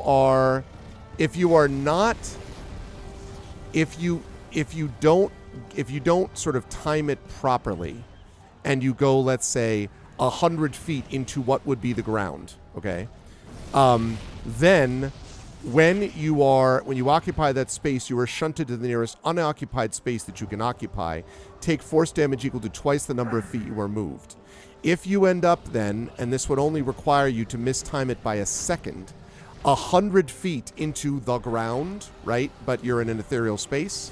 That means when you return to our plane, having ended the spell, you would then be shunted to the nearest unsolid object and take a grand total of 200 hit points of force damage. So, this is beyond reckless. I will say that I will allow you to do it. What I need to figure out is how to give you a check to time it. Because you're having to figure this all out while plummeting, and you have literally 6 seconds to figure it out. In fact, I don't even know how long does it actually... It's an action? All right. So Etherealness is cast as an action, yes. yeah, brings a whole new meaning to ethereal mist. You got that right. Okay. So I guess what I'll say, Rowan, is so I will allow this based on all the previous discussion. I'll allow you to do it. The thinking about how to time it, what I will okay, here's what we'll do. I'll allow you to do it. I will let you make an Arcana check at disadvantage to, in the Arcana check, try to time it properly. The more you succeed or fail by, the closer you get to the actual properly timed place. So if you miss it by a second, you're probably pretty dead. Like dead. If you miss it by, if you get it right on, or you miss it by half a second, could you inspire Rowan to make it a straight roll? Yes, you could do that. Yes. You could inspire Rowan to make it a straight roll. You could. But this is a decision for Rowan, because this is very like, okay, so you're inspired, Rowan. I mean, I'm gonna fall and die anyway. Well, I have a... Even if someone catches me, I will still take No, falling damage. if you no. You only take the damage if you hit the ground. If I catch you, I gotta catch you, mind you. If I catch you, you will not take the falling damage. That's And assuming. you're only- Go ahead. That assumes that that's a conversation that Arv and I need to have. Now, Yeah. the question is that you have 6 seconds, so there's a back we have this conversation. You're going to do what you're going to do, Rowan. Yeah. So I'm going to stay out of it. Exactly. I know where you're going, Jen. The The Aura of Life. Yeah. well, no, not only that. Oh. The question is, if he goes negative his full hit points, which is what? What is your full hit? 84, 86, I think. 88. Okay. So then even Aura of Life won't bring him back, will it? Correct. Right. Sorry. No, that's Arb's fault. Sorry. I mean, that's yeah. It would not bring him But- back in that scenario. But I don't know what fall damage does, but if I can see him, I can give him 70 hit points immediately within 60 feet. like, Wait, when is your turn? My turn's last. but yeah, she's last, But so it's she still, hasn't but gone it's yet. still before you. But it's It still is before you would hit the before you ground, hit. Rowan. Before you hit the ground. It is before you hit the ground. That's true. and the thing is, okay. I don't know what fall damage is. That would, because you've got what, 5 hit points right now. I have 5 HP right now. So It's a you will be D6 for every- 75. If I can do this, you'll Jen, have it's a 75 D6. hit points. It's a D6 for every 10 feet, up to 20 D6. There you go. So the 20 maximum D6. would be 120 hit points of damage. Which means I can save your life. It'll be painful, but I can save your But life. he can add a new near-death experience to his repertoire. Oh god. Because, Okay, because, no, right, listen, okay, listen, cool. Listen, because you only have to start your turn in my aura to pop in back up. You can be under at 0. You And just if you're, can't be like, dead. negative Right. This is something- totally cartoon physics here. Absolutely. It is, Yes, but yes. it's still Everyone does rules, this and is I'm so like, reckless if I because can I'm do also like- this, Yeah, no, that's Will the this rule of fall state. damage It's not all only- good. Will this basic fall damage already be higher than my max HP anyway? And does There's a that do chance. nothing to my death saves? There Depends on is a the dice chance. roll. There is a chance. Depends on the dice roll. Okay, Exactly. I'm just gonna fall. I trust you all. okay. Rowan It is- definitely it is, if afraid, you will, but I trust you all. It is, if you will, the greatest of all trust falls. There's never been more of a trust fall. I would suggest you sort of lean back with your arms like this. Okay, now I have been extremely permissive here in allowing this conversation to happen, but I'm doing it largely because I have not actually seen a situation like this before, and I was curious to see how the team would attend to it. Also, I think Yes. chat was probably interested in it too. So, having said that, though, Rowan, you were gonna, but this So- is Rowan's decision, so you are gonna, Correct. you are gonna fall. Yes, I am going to fall. I am not going to take an action. My action essentially boils down to I look up at the dragon in fright. I look down at the earth in fright. If I close you my don't eyes in do fright and the- keep falling. If you don't do the wahoo, I'm very disappointed. Yeah. Oh god. I also thought about Bit's idea, which is snipe him out of the air so he doesn't have to die from falling damage. You just he would still take the extra damage no, though. I'm still damn You it. still take the So damage. I die, have to take a death save in the air, hit the ground, fatal to death saves, and you'll never see me again. It's like high speed Last of the Mohicans end scene where the guy shoots the dude in the village. It's basically that. Like it's just so. I'm still counting on the Hulk to come in from out of frame and catch him. Yeah, exactly. He's not going to make it. Okay. Hold that thought. Right. Okay. Good stuff. That's going to lead us to Merime. What is Merime going to do? Yeah, Merime has frantically been looking over her stuff. I tried looking at Dimension Door, but I have to teleport to him, and let's not put two people in this position, so that's not going to work. You sure? Yes. Yes. Just thinking that too. The problem is I can't re-teleport. It only brings me to another spot. I did have to somehow cast it on the... No. I can't Be like slow Nightcrawler him on steroids. either, so that doesn't work. The slow doesn't work as well because it's also complicated. And he's not going to fall when he's slower. That only stops actions. Vicious Mockery, nope. Hideous Laughter, nope. Heroism gives him temporary points, right? But I think he's out of range. Touch, nope. Can't do that either.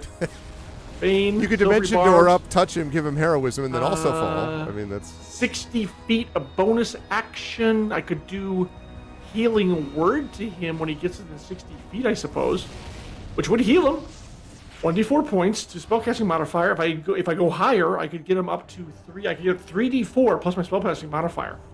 I heal you. I'm gonna wait till he gets to 60 feet, then I'll use Healing Word on him. To It's heal, a creature okay. of your choice that you can see within range.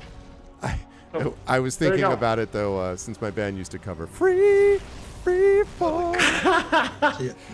I literally have nothing else I can do there. Dance down.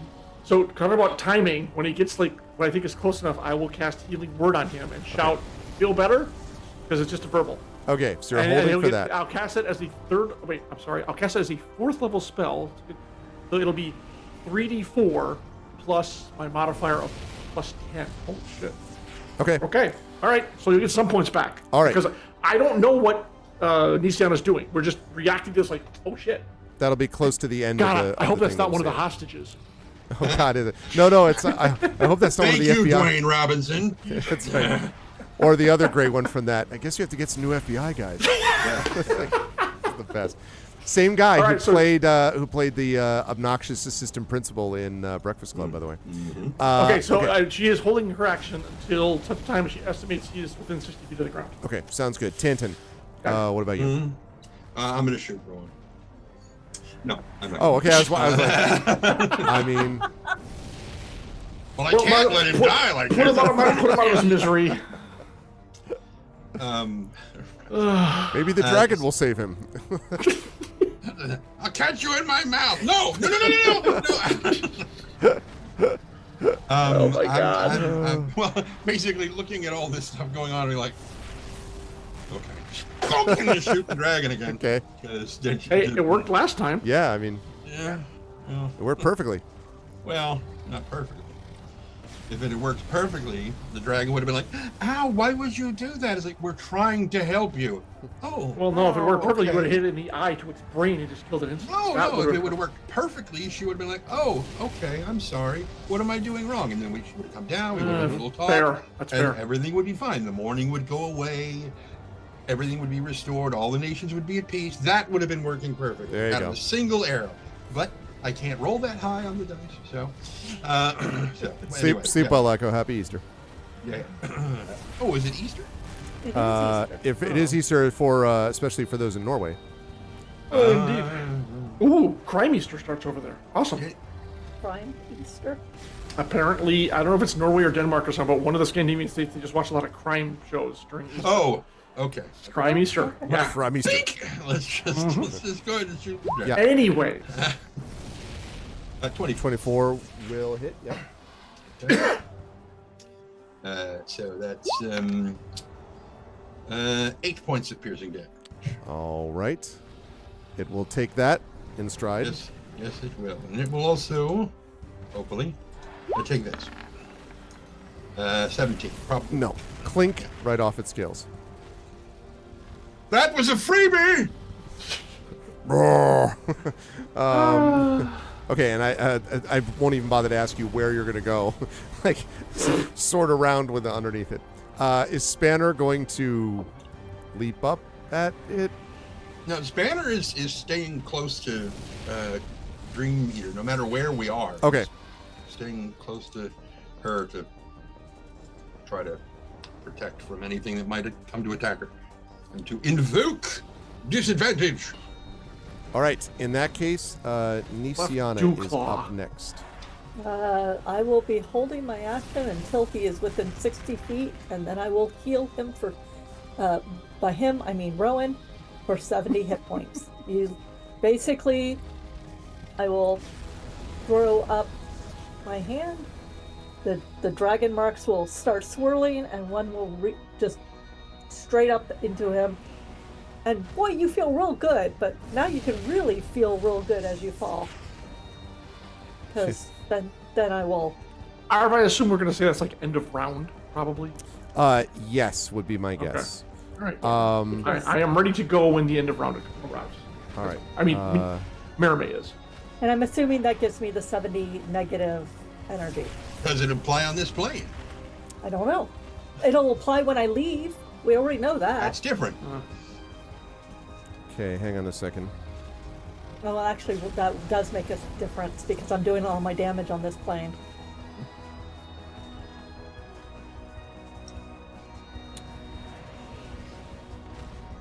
Okay. Was checking something because, all right, so Nisiana is ready to go. The second to last to go, the last to go is going to be the dragon. But the second to last to go is the last to go. The second to last to go is going to be Dream Eater.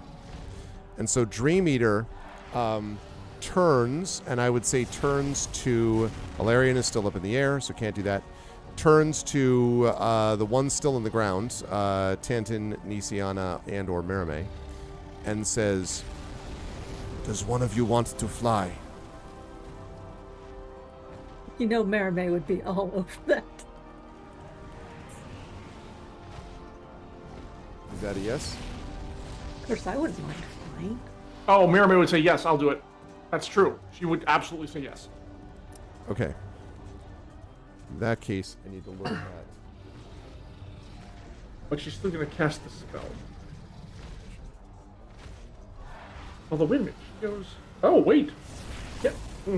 That'll be tricky. But she goes afterward. How does that work?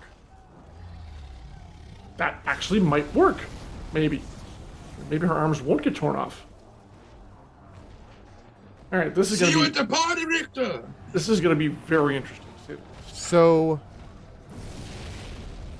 the issue here is...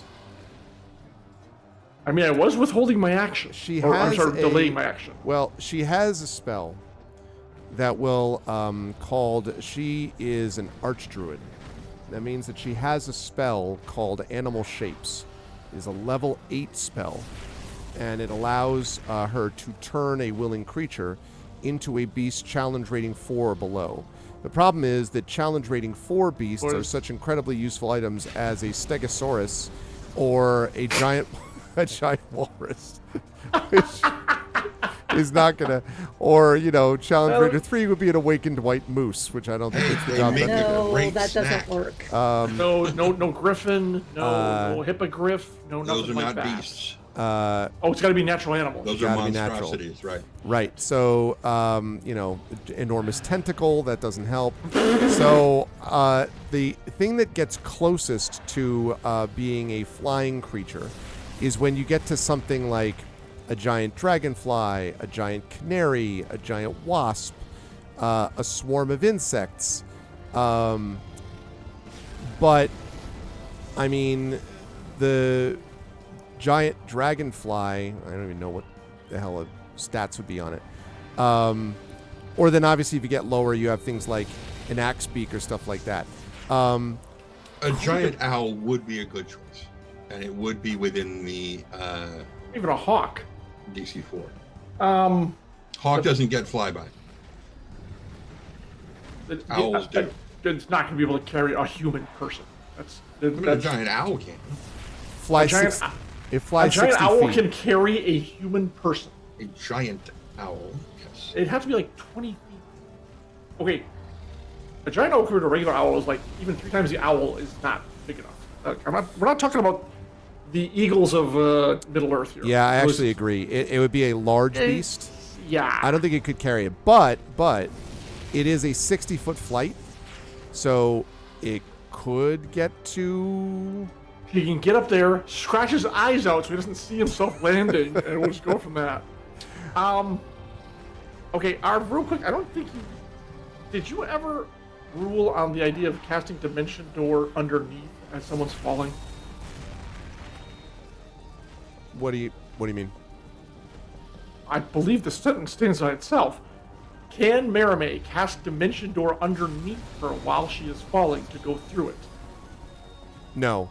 Dimension Okay, Door all is right. on her, so she's like, Well, zipping she'd have to to go him. up somehow, get on him, transform. It's too complicated. Transform back and cast it before. No, never mind. I It's don't not think, gonna work. It's not gonna which work. means that the animal shapes thing probably doesn't work either. No, So, it's no. okay. All right.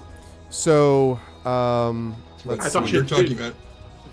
Go ahead. I was going to say, John, what you're talking about sounds more like gate than dimension. Yeah. This would really bend the Dimension Door rules a lot. Yeah. I think that's right. Okay, so still free falling, and okay. at the end of the turn, she's going to still cast the healing spell. Okay. Because So said, you can be an owl, and Eberron's like, no, that's not going to work. Even she knows that. As cool as that would be, she's like, nah. a majestic white moose, exactly. Going unimpaled as a Stegosaurus kebab would be amazing. That's true. All right. At the end of the round, a few things Okay. happen. First of all, so the dragon is flying at absolute top speed, right? And it can fly pretty fast. So as a double move, it is almost near the ground, where it's able to engage you. Not landing yet, but near the ground. As it heads down there. So we get to the end of the round, and a number of you, Alarian and Nisiana, the both of you wanted to heal, I believe. So Merime. I don't have no healing abilities. I beg your pardon, Merime, I'm sorry. Yes. okay, so So- go ahead, Merime and Nisiana. Nice. All right, 18 for Merime. And 70 points from. I think puts him back at 88. Well, puts- yeah. That's right. Puts him up So at he 88. has to take 76 damage to die. Right? That's right. Yes. So let's see. It's not going to feel good. But he hasn't hit the ground. I just keep thinking about the sequence of the abyss where you'll have to drown, but I'll be fine.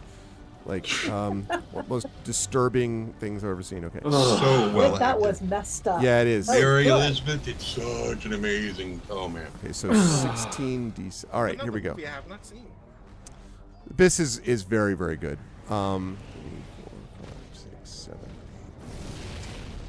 12, 13, 14, 15, 16. Okay. Rowan, you take 52 points of bludgeoning damage as you embed in the ground. Which means that you're... What, 36? From 88, yeah. So there's a moment where you're like, I'm healed, and then just like this freaking absolute impact. I feel so much bet.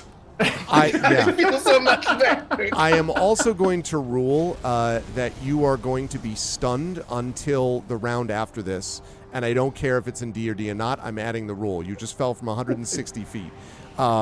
So you, Rowan Shallow, living up to the name, making a shallow crater where he lands. But he didn't die. But and that did was not wonderful. die. Unreal. Okay. That was I think amazing. Merime and Nisiana get to be healing moving target. I think you get like some sort of ability there. So what that is going to And you mean... kind of very weakly put a thumb up. it doesn't actually escape the ground. You have to look very closely to see that my hand is moving. And I think that is a perfect spot for us to bring our session to a close. Next week, we will wrap up this combat against a dragon and a powerful dragon. Listen, no one ever said the King's Citadel work was going to be easy, okay? See, this is the reason why nobody's supposed to know who the King Citadel is, you know. because they shouldn't have added me to the King's Citadel. Everything was on the up and up until I decided to be a member of this team, and now I'm an Amigahara fault-sized crater in the earth. But listen, is it the fault of you or is it the fault of your ride? Like maybe if your winged steed. Hey, had Illyrian not been Uber ill. makes no guarantees to the quality or the security of the ride, okay? You take your chances when you get on.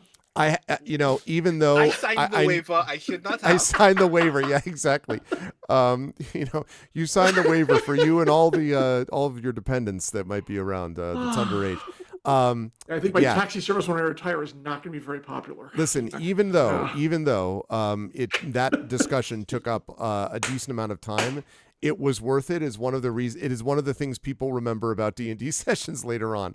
The time we figured out how to save someone who was falling from 160 feet and doing so in 6 seconds. How do we actually do that? So yes, we will talk about the impact of all that later on. But this was great. We talked about the impact. I guess we have. Yeah. This was great from everybody. And I would say, Brandon, in this session, you had your highest highs and definitely your lowest lows. And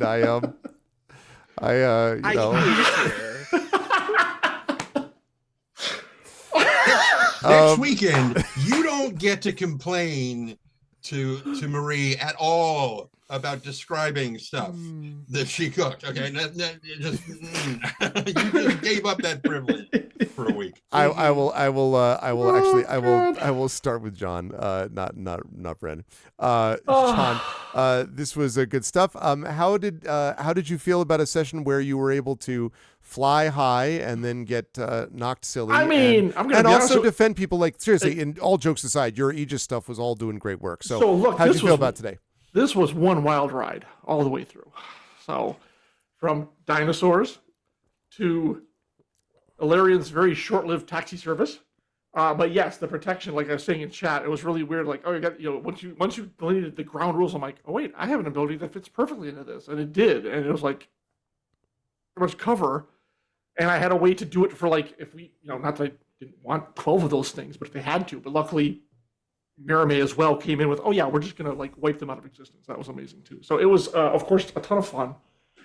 And look, I'm just gonna say, I don't know about the rest of you, but Illyrian has this dragon right where they want them. Yep.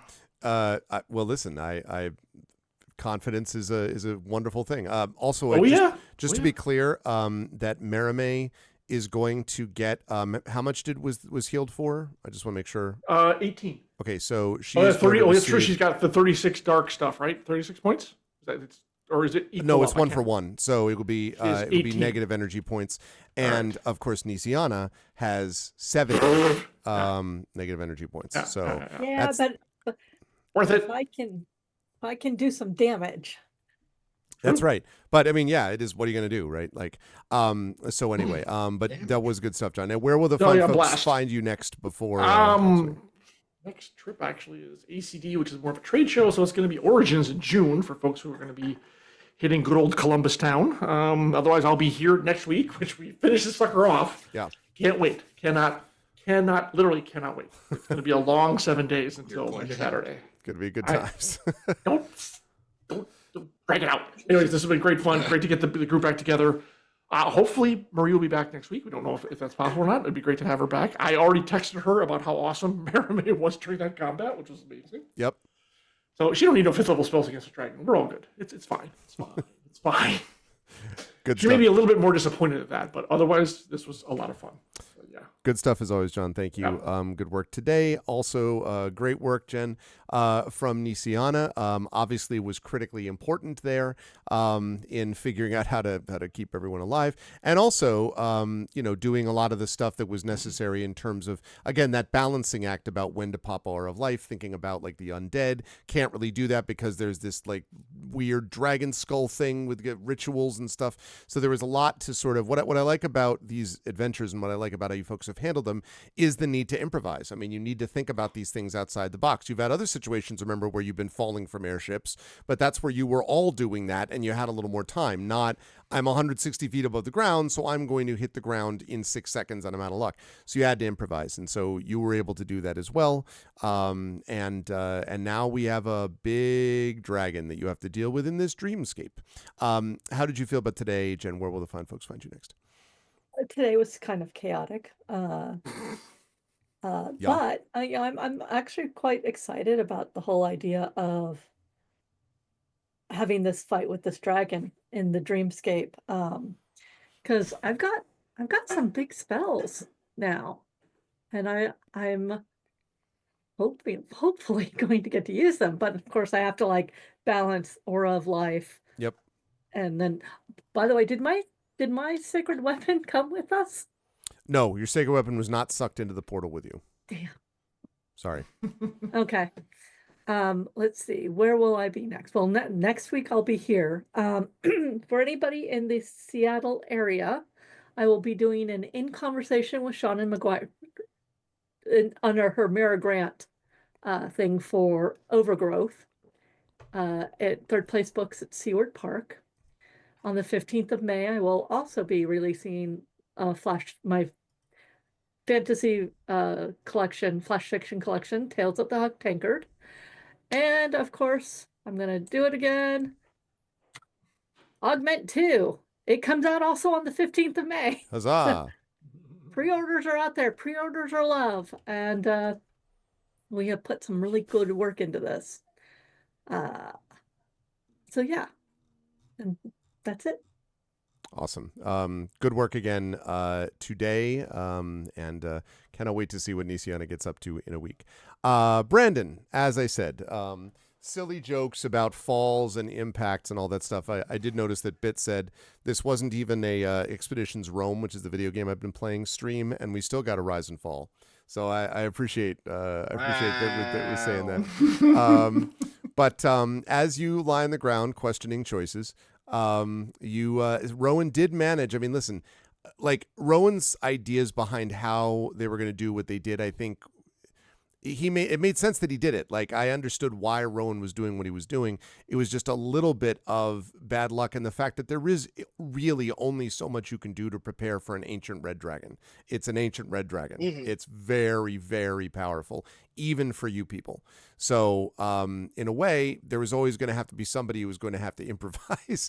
I love the idea of the ethereal in this discussion. It just didn't quite click, but that would have been really interesting if you'd tried that too. But again, I like thinking outside the box. So it was good work from you all the way through, and you're not dead. So that's something. Not being dead is actually an accomplishment. Is an accomplishment. I don't know if you've ever played a game where you fell 160 feet and lived to tell the tale, but how did you feel about this session today, and where will the fine folks find you next? So yeah, this was fun.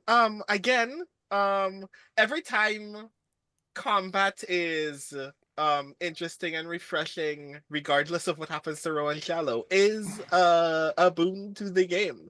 Because when we got into that fight, I immediately was like, oh, so we're just gonna keep punching wraiths for a minute and a half until our escort finishes this mission, and then we just leave and they tell us what happens, and then we go into and then we walk into the dragon's mouth and weird things are happening, and this is actually cool. And it fits as a result that when we lack a plan, Rowan always resorts to gambling, and we had no idea what was going to happen as a result, and we just kind of leaned into it. And this is still, like, even if I had died, it would have been good story. I just don't want to lose Rowan, because Rowan is a good character. So I was hoping that we didn't have to fail 2 death saves immediately. So yeah, this was very rewarding. I look forward to us all trying to remember that I am stunned for a turn. So I guess I need to make a note of that somewhere. I put it in my notes as well, yes, which means you're incapacitated and, the whole bit. But for a turn. Cool. So yeah, I am excited to see us actually resolve. We have not actually, the only person who has hit the dragon all combat so far is Tanton. Twice. Yep. So yeah, we'll see how that goes from this point onward. But yeah, hello everyone. My name is Brandon O'Brien. I'm a poet, writer, and game designer from Trinidad and Tobago. Um, of all of the things that I think are important to note, if you aren't reading the Converse blog, the Converse segment of the Seattle Worldcon blog, you should do that. Thank you again, everyone who has been nominating work for the Hugos, because now there are poems in the best poem special category for the Hugos. And if you haven't read any of them, you really should. Because voting for the finalists comes up very, very soon. And suffice it to say, these poems are actually really, really cool. And I think that you should read them not only because they are fun, but because I want you to vote on who will win a Hugo Award for a poem for the very first time in history. I'm very curious about that one. I'm going to ask you about that one privately because I have so many feelings about all of these poems. Uh, this is me also shouting out because Prince Justin also shouted out. Our good friend Jennifer Burzek is also up for a Hugo. Yay. And this is best editor, if I'm not mistaken, correct? I'm so very happy for you. So that means that whatever you think about all of the other editors on that ballot, you have to make Jen win. You have a duty. Jen must win the Hugo. Well, Sacred duty. I will say that before I knew I was a finalist, I had promised Shannon that if I ever became a finalist again, she could put mantises on me. Because she has this little spiny mantises. She has the big Amazon mantises. And I will go through with it. If I win a Hugo, she gets to put mantises on me. I will ensure that there are pictures of this as well. Actually, if it works out, it's Prince Justin will be taking pictures. Oh, Yay. does he know Which is anything about good. photography? Or about Hugos, I I wonder. wonder. Yeah. So it's just one of those things that's. So thank you, everybody who nominated. It's Yes. This ballot is so very good. And if you are planning to attend Seattle Worldcon or have your supporting memberships so you can vote for the finals, please do. Because this is the funnest part of the year for some of us. So please continue to be a part of the progress of shaping this industry from the fandom side. A reminder again, Augment Issue 2. I have things in Augment Issue 2, so you should definitely pre-order the thing. It's actually very cool. And also, if you're not reading it already, I have a column on rascal.news called To Do and Die. So if you want to hear all of my very intense thoughts about why lyric games are such good TTRPG writing that sometimes I wish D&D was written like a poem, you should read the thing. So yeah, that's me, I think. It is very late. My brain is melting. I think I have become raw and shallow against as well. So yes, You've done very well. Although I do want to add into that because it, slight, self-aggrandizement in the sense that Brandon is also doing the Gray Shade tabletop role-playing game, which will be released at Gen Con before Worldcon and all that. And side note, I think that there's a best game-related, there's a best related product, related work. But as a sort of best, I guess there isn't a best tabletop or best game thing in the Hugos, unfortunately. Yet. But yet. No, but, there's a best related work. Well, there's related work. Nebula. The Nebulas has the best The game. Nebula has the best game. Right, rating, yeah, it is Nebula's, right, yeah. Listen, it's coming out in 2020. Listen, when you all see how well Brendan did with this game, I'm just saying, so anyway, yes, but thank you, Brendan. Good work as always. We will see Marie back here next week, or we believe, when Marie will be able to be like, what did I miss? And I'll be like, well, let me tell you. Suddenly it'll be just the opening of Fresh Prince, like, in West Philadelphia. All right, so anyway. Wait, I was right. Yes, there is a best game Hugo. I just wanted to say that aloud. Yes, there is. Video game I know, but there's a tabletop as well? Tabletop will have a ways to go, but one of these days. All right, okay. But anyway, moving on, last and certainly not least to Tren. Yeah, good work, Tren. Tanton just, hit a dragon twice with crossbow, no big deal. I think we do need to get at some point a t-shirt for you that says Tanton is a siege weapon. I feel like there's a lot to recommend that. And also, of course, you did have something which has already had an effect positively, and that was this whole thing with the silver dragon. I was curious about what you were going to say about that, because I could easily have seen a scenario where you're like, I said no, and that would have been that. The only reason it asked you a second time is because you exceeded the difficulty check by 5 twice. And so it came back to you that second time. Oh, incidentally, I did promise everyone I don't usually do this. Oh, yeah. Had you failed the saving throw, you would have dropped to 0 hit points. That's what it does. No, but I'm resistant. No, just 0. It's called Howl, and it's really badass. So Death Howl, apparently? Jeez. This thing is really powerful. Was the aura running at that point? The aura is not running wasn't right popped. now. You have not turned it on yet. Yeah. And I That would have been a was going to problem do then. it, but then now I have to save Brandon. Save Rowan. Yeah. Now, it doesn't say it would have crap. instantly killed you. It just says drop to 0 hit points.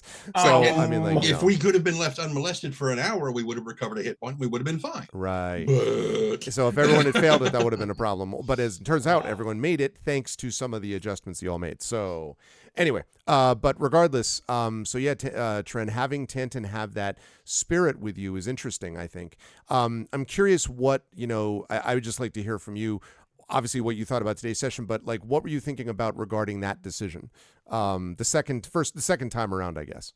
right, that hinged on what the Dream Eater said. When she specifically mentioned that there were evil spirits and there were good ones. Yeah. At that point, I was like, okay, I'm definitely doing the 3 questions and insight check as soon as if this comes back around again.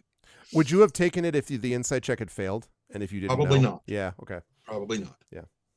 Yeah, that makes sense. Yeah, it was just things just kind of worked out well. I was hopeful, but I was hesitant. Yeah. So it was kind of a trust but verify sort of situation. Yeah. With regard to Rowan hitting the ground, all I can see is the end of Avengers when Loki is laying there in the pit of the floor in Tony's apartment. And the Hulk is puny god. Yeah. Mhm, yeah. Yep. Where would people see me like here? Right back here for more of this. Where Tanton will die. Yeah, we got this. It's fine. Yeah. It's fine. I'm not saying you guys don't got this. I'm just saying Tanton will die. So, the thing with the stuff, because I was ready to when excuse me. I was getting ready to hit Rowan with a heel as well. So it's like just imagining all of us. Pouring hail into the thing. The Dream Eater too. They're all like just like ready, like So yeah. So yeah, it was probably the point at which he started seeing the dragon marks, coming out of Nisiana. He was like, "Okay, no, I'll be fine. We'll just let that go. We'll save my stuff for later." And fingers crossed. We'll see. Aside from that, yeah. And yes, I didn't think, that is a benefit. Tren's voice is your work's voicemail voice because of a Kickstarter benefit. I remember, in fact, how that worked out. Yes, and you will see this crew again, chat. Repent. You will chat. Remember that next month is ARFCon, and these folks are going to be doing a marathon session on Sunday. If all goes well next week, we'll see how this happens. They will have wrapped up, if they manage to get through it, they'll get past part 15. That would mean that part 16, they might get started part 16 maybe, but they would certainly then be playing it for part of next month in their regular session, and then the full out session they would wrap up 16. So we are closing in. We're heading into the end game as they get ready to head into the final season of Eberron Oracle of War. So that's why we're fighting ancient dragons now, is what I'm saying. We've gotten to that stage. Ancient dragons, spider avatar things. Yep, it's a lot of big stuff. But these folks are able to handle it. I have faith in them. So, as always, I am honored and privileged to be able to DM for these folks. Can we get some love for the amazing D&D with Infinity and Beyond crew? Thank you to Trent Sparks. Thank you to Marie Bilodeau, who we'll see back here next week, hopefully. Thank you to Brandon O'Brien. Thank you to Jennifer Brozek. Thank you to John Helfers. Great work, everybody. And I will see all of you folks soon. Recommend you don't go see Falling Down. Just saying. Or, Defying Gravity or anything like that. Oh, I thought you meant the... I was gonna watch Flight myself. Yeah, exactly. Yeah, exactly. Like, Falling Down's an old movie, but I mean, I guess, I'm really landbound for the whole thing. I don't know. So, I'll see you folks soon. Bye for now. Alrighty.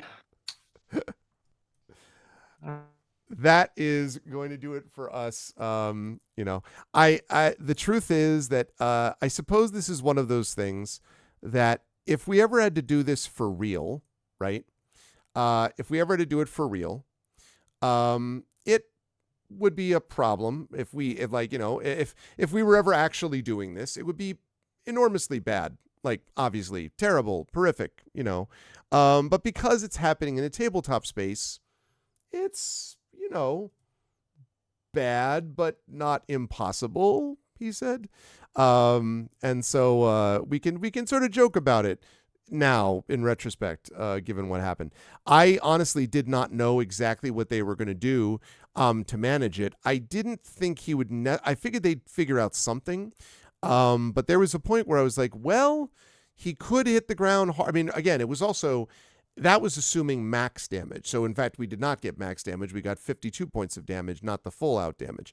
But yeah, basically I'm saying if you ever had to fall under 60 feet for real, that's it. And scene, right?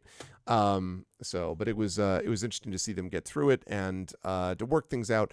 Again, I gave a little bit of leeway that normally I might not do, but I thought it was appropriate to do it in that case because it's, again, interesting discussions like that really do make a difference in terms of how we imagine D&D later on. And so that was kind of part of what I was thinking. And I am excited to see what happens next Saturday when they get a chance to deal with this still ancient red dragon, although they are being helped by someone who is very skilled and archdruid, but still, even with that, even with the King's Citadel's abilities, they have already taken, they've used up some spell slots, they've used up some stuff, and they still have that whole negative energy healing thing. So they're going to have to use their noodles, but they are smart players and they're capable of doing it and they're experienced. And this is why the King's Citadel does this stuff, especially level 15 King's Citadel. So we will see how that goes.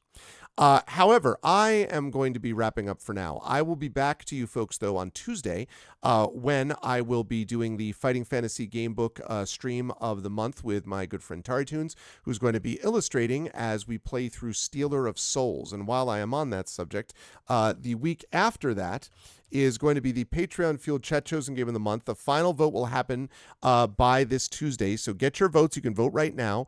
Right now, we have 6 votes for Rosewater, 1 vote for Far Lone Sales, and 1 vote for the game Bastard. You can get your vote in now, and whatever wins will be the game that I will play a week from this Tuesday. So this Tuesday is the Fighting Fantasy Gamebook stream, and then over at GOG.com's Twitch channel, I will be doing Pen and Pixels with more Neverwinter Nights Doom of Icewind Dale.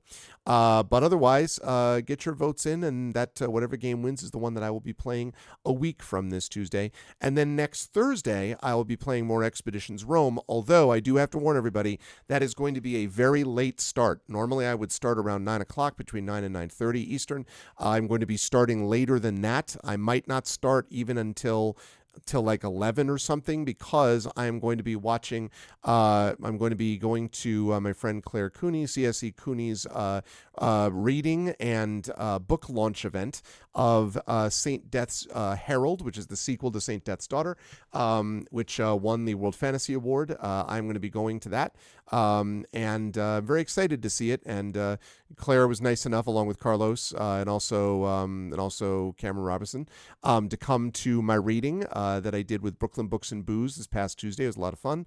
Really enjoyed that experience. And so I'm going to follow suit and going to be going to her event, which will be happening on Thursday. So I won't be getting back until late. I will do a stream, but it's going to be a late stream and probably not a super long one. Might even be only like an hour, hour and a half or something like that.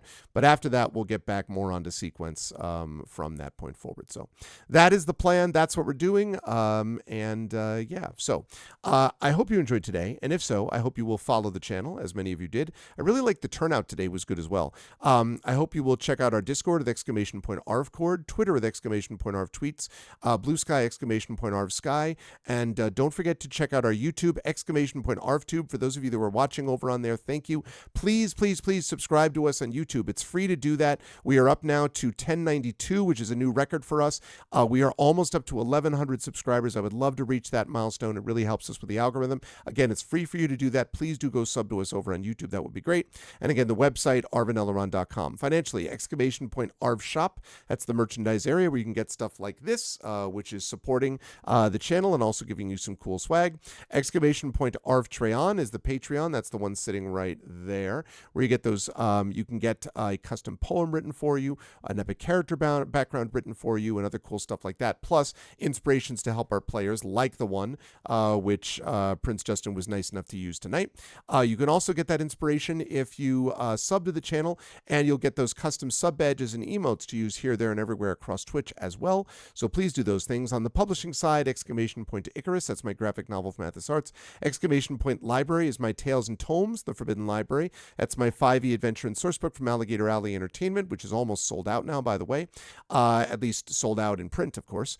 And then Greyshade, that is my Greyshade IP, Greyshade, Renegade, and Heretic, the Grey Assassin trilogy. You can get that at that link from Athos Arts. You can also get the audiobook of Greyshade from our very own Trent Sparks at that link, and you can pre-order the tabletop role-playing game of Greyshade from Alligator Alley Entertainment and the, as you've just seen, Brandon O'Brien, which is going to be getting released at Gen Con this year. Very excited for that as well. So please do jump on board and support if you can as well. Great work, Prince Justin, as always. And last but not least, !BLM, Black Lives Matter, important to affirm and assert the significance and importance of Black lives. !Help Now, that's the World Health Organization page on suicide prevention. Important to reach out to others when you need help and reach out to others when they need help as well. And !Ukraine, UKRAINE, to help the people of Ukraine as they fight back against an illegal and illegitimate war with bravery and courage. And send the message we will do so for others in that situation in the future. We are going to do a raid today, by the way, because it is not super, super late. The way we do a raid is very simple. If you're not a sub, you're going to do this. The Arvanauts have landed, followed by Twitch raid when we are brought over there auto-magically. And if you are a sub, you can do this. The Arvanauts have landed, Twitch raid, and then you've got Arvany Roar, Arvany Woe, Arvany Love, Arvany Smug, Arvany Hype, Arvany Blown, Arvany Swall, all the Arvanys that you get when you subscribe to this channel when you were brought over auto-magically to the channel that we're going to go to next. Good for the channel. Good for my channel, good for their channel, good for everybody, and I think you'll enjoy the person that we're going to check out as well. Thank you to my wonderful mods. Thank you to Prince Justin, to the Rising Tides, and again, thanks for being the best mods in the business. Thank you as well to my Patreon supporters and subscribers. Thank you to Prince Justin. Thank you to Nonstop, to Trendane. Thank you as well to my wonderful viewers. Thank you to Bit101. Thank you to Crit Twitch. What's up, Crit Twitch? Thank you to Imaginary Exponent. Thank you to Knit1Play2. Thank you to, let's see, Menacing Maine. Thank you to Mr. Jonas. Thank you to Mrs. Dunsel, Optic Nerve, of course, Radio Johnny Panda, Shadowed Mage, Strange Pomelo, Thordex, Mommy, and Zalvi. And special thanks today, of course, to the wonderful and amazing Infinity and Beyond crew of Trent Sparks, Marie Bilodeau, who you'll see next week, Brandon O'Brien, Jennifer Brozek, and, of course, John Helfers. Thank you to them, and I will see all of, and of course, and Red Lear, but that's special thanks to Red Lear. I said Red Lear, although Red Lear was here earlier. That's right. So thank you for the sub earlier on to Red Lear. But thank you to my wonderful Infinity and Beyond crew, who you will see next week. I will see you folks back here on Tuesday. Until then, everyone, please stick around for the raid, and much love all. Everyone be good to each other, and have a good night.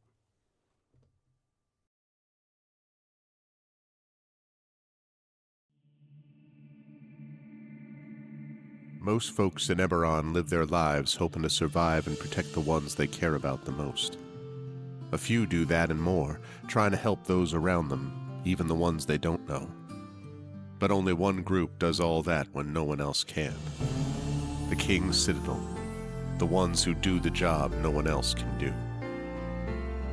Valerian, the Shield, a star-forged Aegis whose strength lies in their shield, their armor, and their will to keep the Citadel and its mission safe, no matter what the cost. Merime, the Sword, a Kalashtar bard whose dreams predict doom and disaster, so that her skill in battle, insight into the hearts and minds of those she encounters, and love for her sister and the Citadel is more necessary than ever. Tantin, the Brain, a dragon-marked human artificer whose jovial demeanor conceals a deep curiosity, razor-sharp intellect, and long memory. He knows what he did for the last war, and he knows what it did to him, and how much worse the next war could be. Nisiana, the Heart, a dragon-marked halfling healer whose love for her sister is matched only by her desire to help and heal the members of the Citadel. She's grown wiser and more wary, yet even in the midst of doubt, hope remains. Rowan, the Wild Card, a human wild magic sorcerer who's played a dangerous game for most of his life. He's gone all in to save his friends, but they aren't the only ones sitting at the table. As the shadows gather, will he have the chips to pay if his bet is called? These 5 elite operatives came together to aid the salvage outpost of Salvation, where the Grey hovers nearby, a threat and a promise. With the Oracle of War, they found an artifact powerful enough to end a war, or begin one. They traveled to Sharn, City of Towers, to unravel the Oracle's mysteries while stopping assassination attempts from the terrorist organization known as the Emerald Claw. They found Sky Blue, the daring thief tied to the ancient draconic prophecy, and stopped the Claw operative Arulin Karnak before traveling back to Salvation and into the Grey to repel a war-forged invasion and take the fight to the Lord of Blade's secret fortress Razorcrag. Capturing one of the Claw's most powerful lieutenants and sent to negotiate peace with the nation of Thrain, they survived another assassination attempt and saved the Thrain's leader from the continent-wide vengeance of the Undying Court, only to discover they'd been betrayed by an ally who was not as she seemed. Now the King's Citadel must stop the Emerald Claw once and for all, using their new knowledge and new allies to finish the Claw and gain the information they need about the Oracle of War before it's too late. But can they learn the Oracle's secrets, stop the Emerald Claw, and discover the deepest plans of the Lord of Blades? Only if they remember that in the end all they have is each other and the King's Citadel. Long live the King. Welcome to Eberron. Welcome to Corvair. Welcome to the world within and without Salvation.